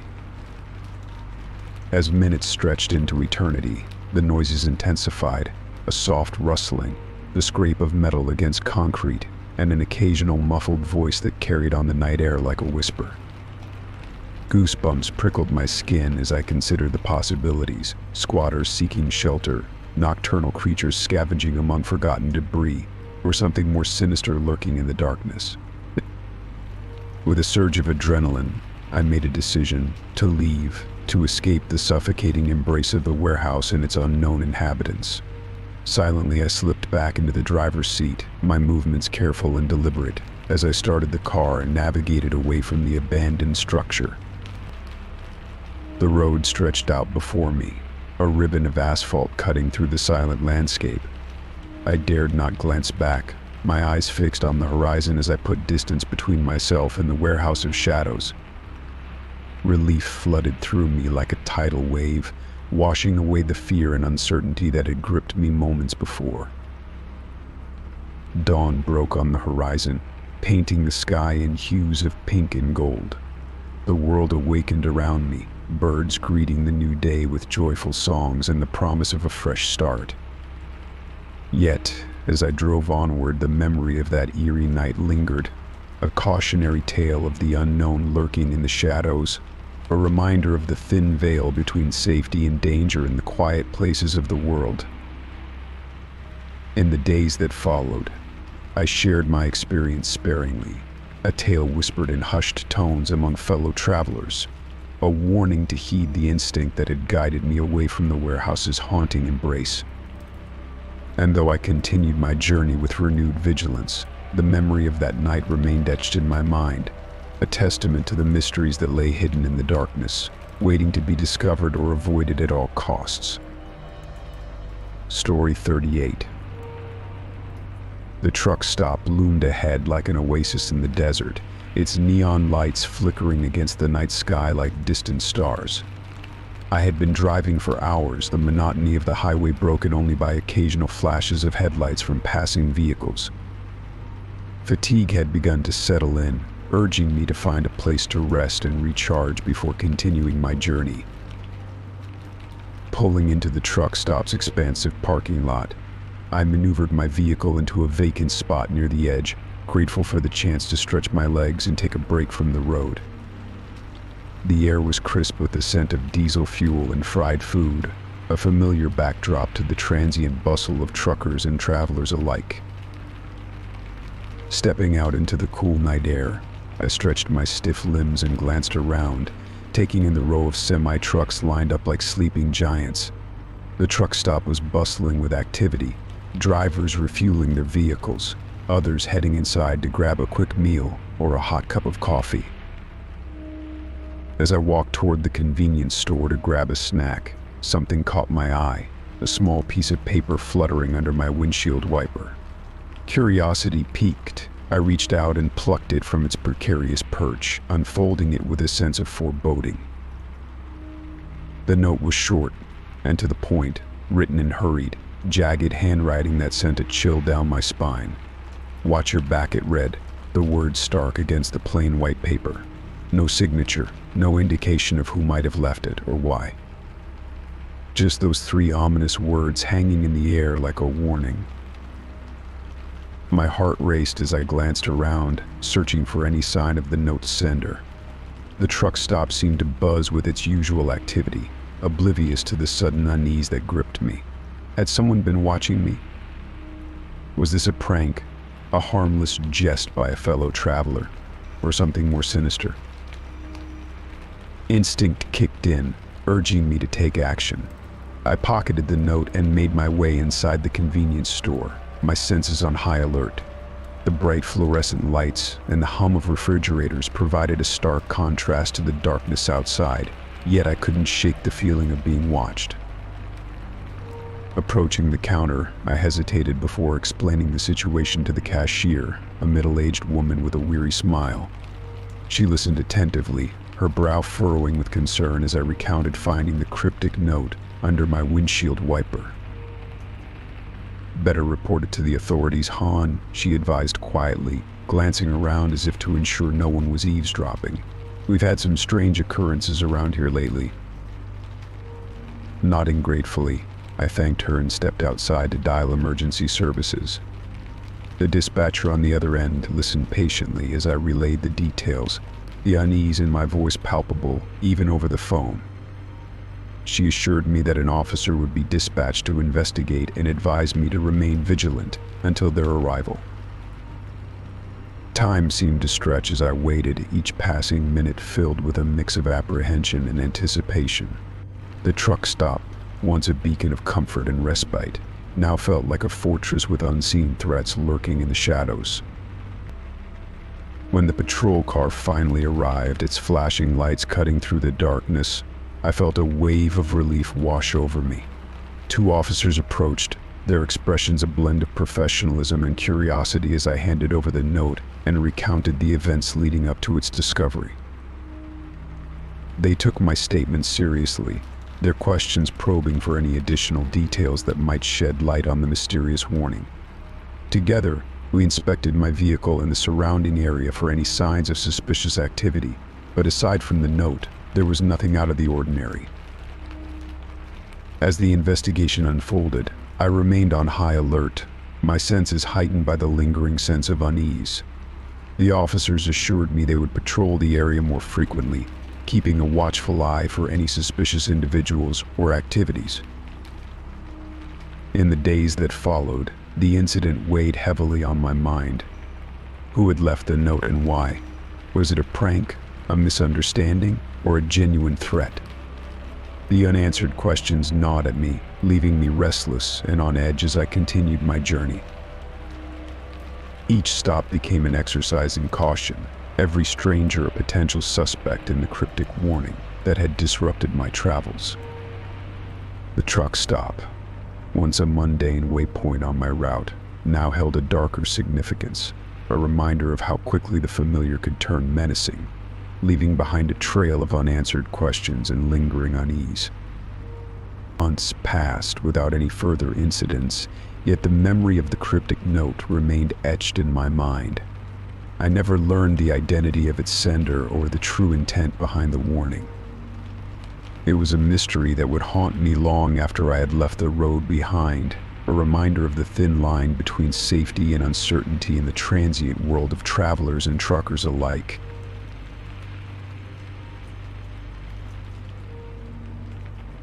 Story 39. The interstate stretched ahead of me like an endless ribbon of asphalt, disappearing into the horizon under a vast expanse of clear blue sky. I had been driving for hours, the rhythmic hum of the engine and the monotonous landscape lulling me into a state of focused tranquility. It was a routine haul, transporting valuable cargo from one city to another, a job that demanded diligence and attention to detail. As the sun dipped low on the horizon, casting long shadows across the highway, I spotted the familiar outline of a rest area up ahead. It was time for a break, a chance to stretch my legs, grab a bite to eat, and check on the precious cargo in the back of my truck. Pulling into the rest area, I found a secluded spot near the edge of the lot. I parked the truck, grateful for the chance to temporarily escape the confines of the cab. Stretching my limbs, I made my way to the back of the truck, unlocking the cargo compartment with practiced efficiency. The seal on the door was intact, a reassuring sign that everything was as it should be. I checked the inventory quickly, ensuring that each crate and pallet was accounted for. Satisfied that all was in order, I closed the compartment and headed towards the rest area's amenities. Inside the rest area building, I grabbed a quick meal and chatted briefly with other travelers passing through. The atmosphere was relaxed, a temporary respite from the solitude of the road. But as the sun sank lower in the sky, a nagging sense of unease settled in the pit of my stomach, a feeling I couldn't quite shake. Returning to my truck, I climbed into the driver's seat and started the engine. The familiar rumble filled the cab, a comforting sound amidst the encroaching darkness. But as I glanced into the rearview mirror, a chill ran down my spine. The seal on the cargo compartment broken. My heart skipped a beat as I stared at the telltale sign of intrusion. Someone had been inside my truck while I was away, breaching the security of my cargo. Panic surged through me as I leaped out of the cab, rushing to inspect the damage. Inside, the scene was a jumble of crates and pallets, some untouched, others conspicuously absent. The realization hit me like a sledgehammer. My cargo had been tampered with, valuable goods stolen right under my nose. Fear mingled with anger as I frantically surveyed the damage. What had they taken? How had they managed to bypass the lock and seal? Questions raced through my mind, each one more urgent than the last. I wasted no time. With shaking hands, I retrieved my phone and dialed emergency services. The dispatcher listened attentively as I relayed the details of the theft, my voice betraying a mixture of shock and frustration. They assured me that officers would be dispatched to the rest area immediately and advised me to wait for their arrival. Minutes stretched into eternity as I paced beside my truck, eyes scanning the surrounding darkness for any sign of movement. Every sound, every rustle of leaves, every distant car passing on the highway sent a jolt of adrenaline through my veins. When the police arrived, I greeted them with a flood of information, recounting every detail of the theft and showing them the broken seal as evidence. They nodded solemnly, taking notes and inspecting the scene with practiced efficiency. "We'll do everything we can to track down the stolen goods," one officer assured me, his voice steady and reassuring. "But these situations can be tricky, especially without witnesses or surveillance footage." Their words offered little comfort.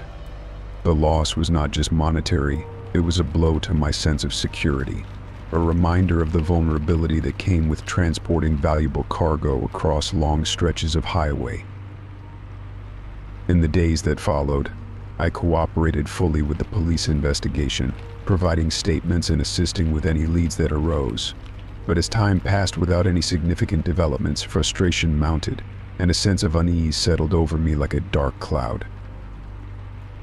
I took extra precautions from then on, implementing stricter security measures and avoiding rest areas that seemed isolated or poorly monitored. The incident had left an indelible mark on my psyche, a reminder of the risks inherent in my chosen profession and the importance of vigilance at all times. Months passed, and life on the road resumed its familiar rhythm. But the memory of that fateful night, of the stolen cargo and the breach of trust remained etched in my mind. It was a lesson learned the hard way, a stark reminder that even the most careful plans could be derailed by unforeseen circumstances. As for the stolen goods, they were never recovered, a bitter pill to swallow, a loss that lingered long after the initial shock had faded. But with each new haul, each mile driven, I carried with me a renewed sense of caution and resilience, a determination to protect what was mine and to never let my guard down again. Story 40. The sun was beginning its slow descent beyond the western horizon, casting long shadows across the asphalt of the desolate highway. I had been driving for hours, the rhythmic hum of my engine and the monotonous blur of the passing scenery lulling me into a state of focused relaxation. The road stretched endlessly ahead, flanked by barren fields and occasional clusters of trees, their branches swaying gently in the evening breeze. It was on this isolated stretch of highway that I first noticed the car behind me, a sleek, dark sedan that appeared out of nowhere, its headlights piercing the gathering dusk. At first, I paid it little mind, assuming it was simply another traveler making their way through the vast expanse of countryside. But as minutes turned into miles, I became increasingly aware of its presence. The car seemed to hug my rear bumper, its headlights glaring in my mirrors with an intensity that sent a shiver down my spine. I adjusted my speed, hoping to encourage the driver to pass, but they remained stubbornly close behind, their intentions veiled in the veil of darkness that now enveloped us. Unease settled like a stone in the pit of my stomach. I glanced at the clock, nearly dusk, and realized just how isolated this stretch of highway was. Help, if needed, would be a long time coming. The rational part of my mind urged caution, reminding me to remain calm and avoid escalating the situation. But as the car continued its relentless pursuit, a primal instinct to escape took hold. I sped up, hoping to put distance between us, but the car matched my acceleration effortlessly. Panic rose within me, a cold knot of fear tightening in my chest. I scanned the road ahead, searching for any sign of civilization, any opportunity to break free from the relentless pursuit. A sign loomed ahead, exit 32, next right. Without hesitation, I veered off the highway, tires squealing as I navigated the sharp turn. The smaller road stretched before me, winding through dense woodland and promising a respite from the tension that had gripped me moments before. I stole a glance in my rearview mirror. The dark sedan had slowed, hesitating at the exit before continuing straight on the highway. Relief washed over me like a wave, mingled with lingering apprehension. Had I just narrowly escaped a dangerous encounter, or was it all a misunderstanding, a case of misjudged intentions on an empty stretch of road? I drove for miles along the narrow road, the canopy of trees overhead providing a welcome shield from the prying eyes of the night. The rhythmic pulse of my heartbeat gradually slowed, replaced by the steady thrum of tires on pavement and the rustling of leaves in the breeze. As I approached a small town, lights twinkling in the distance, I pulled into a gas station, a beacon of warmth and safety amidst the uncertainty of the night. I filled my tank, hands shaking slightly as I recounted the events that had unfolded just moments ago. Inside the station, I debated whether to report the incident to the local authorities. What would I tell them? That a car had been tailgating me on an empty highway, its intentions unknown. The thought of explaining my paranoia to skeptical ears made me hesitate. Instead, I purchased a cup of coffee, a small comfort against the chill that still lingered in my bones, and retreated to a corner booth. I pulled out my phone, fingers trembling as I searched for news of any recent incidents on the highway. Had others encountered a similar dark sedan, its driver lurking in the shadows of the night? The internet yielded little information. A few reports of aggressive driving incidents, vague descriptions of vehicles matching the one I had encountered. It offered no solace, no closure to the lingering unease that gripped me. Hours passed as I sat in the dimly lit diner, lost in my thoughts and the rhythmic buzz of conversation around me. The night wore on, the sky outside gradually lightening with the approach of dawn. With a weary sigh, I realized it was time to resume my journey, though the memory of the tailgating incident would linger, a cautionary tale etched in the recesses of my mind. I returned to my truck, the engine roaring to life with a reassuring rumble. As I merged back onto the highway, I glanced once more at the exit where I had escaped the dark sedan's pursuit. The road stretched out before me, a ribbon of promise and uncertainty, reminding me of the delicate balance between safety and danger on the open road.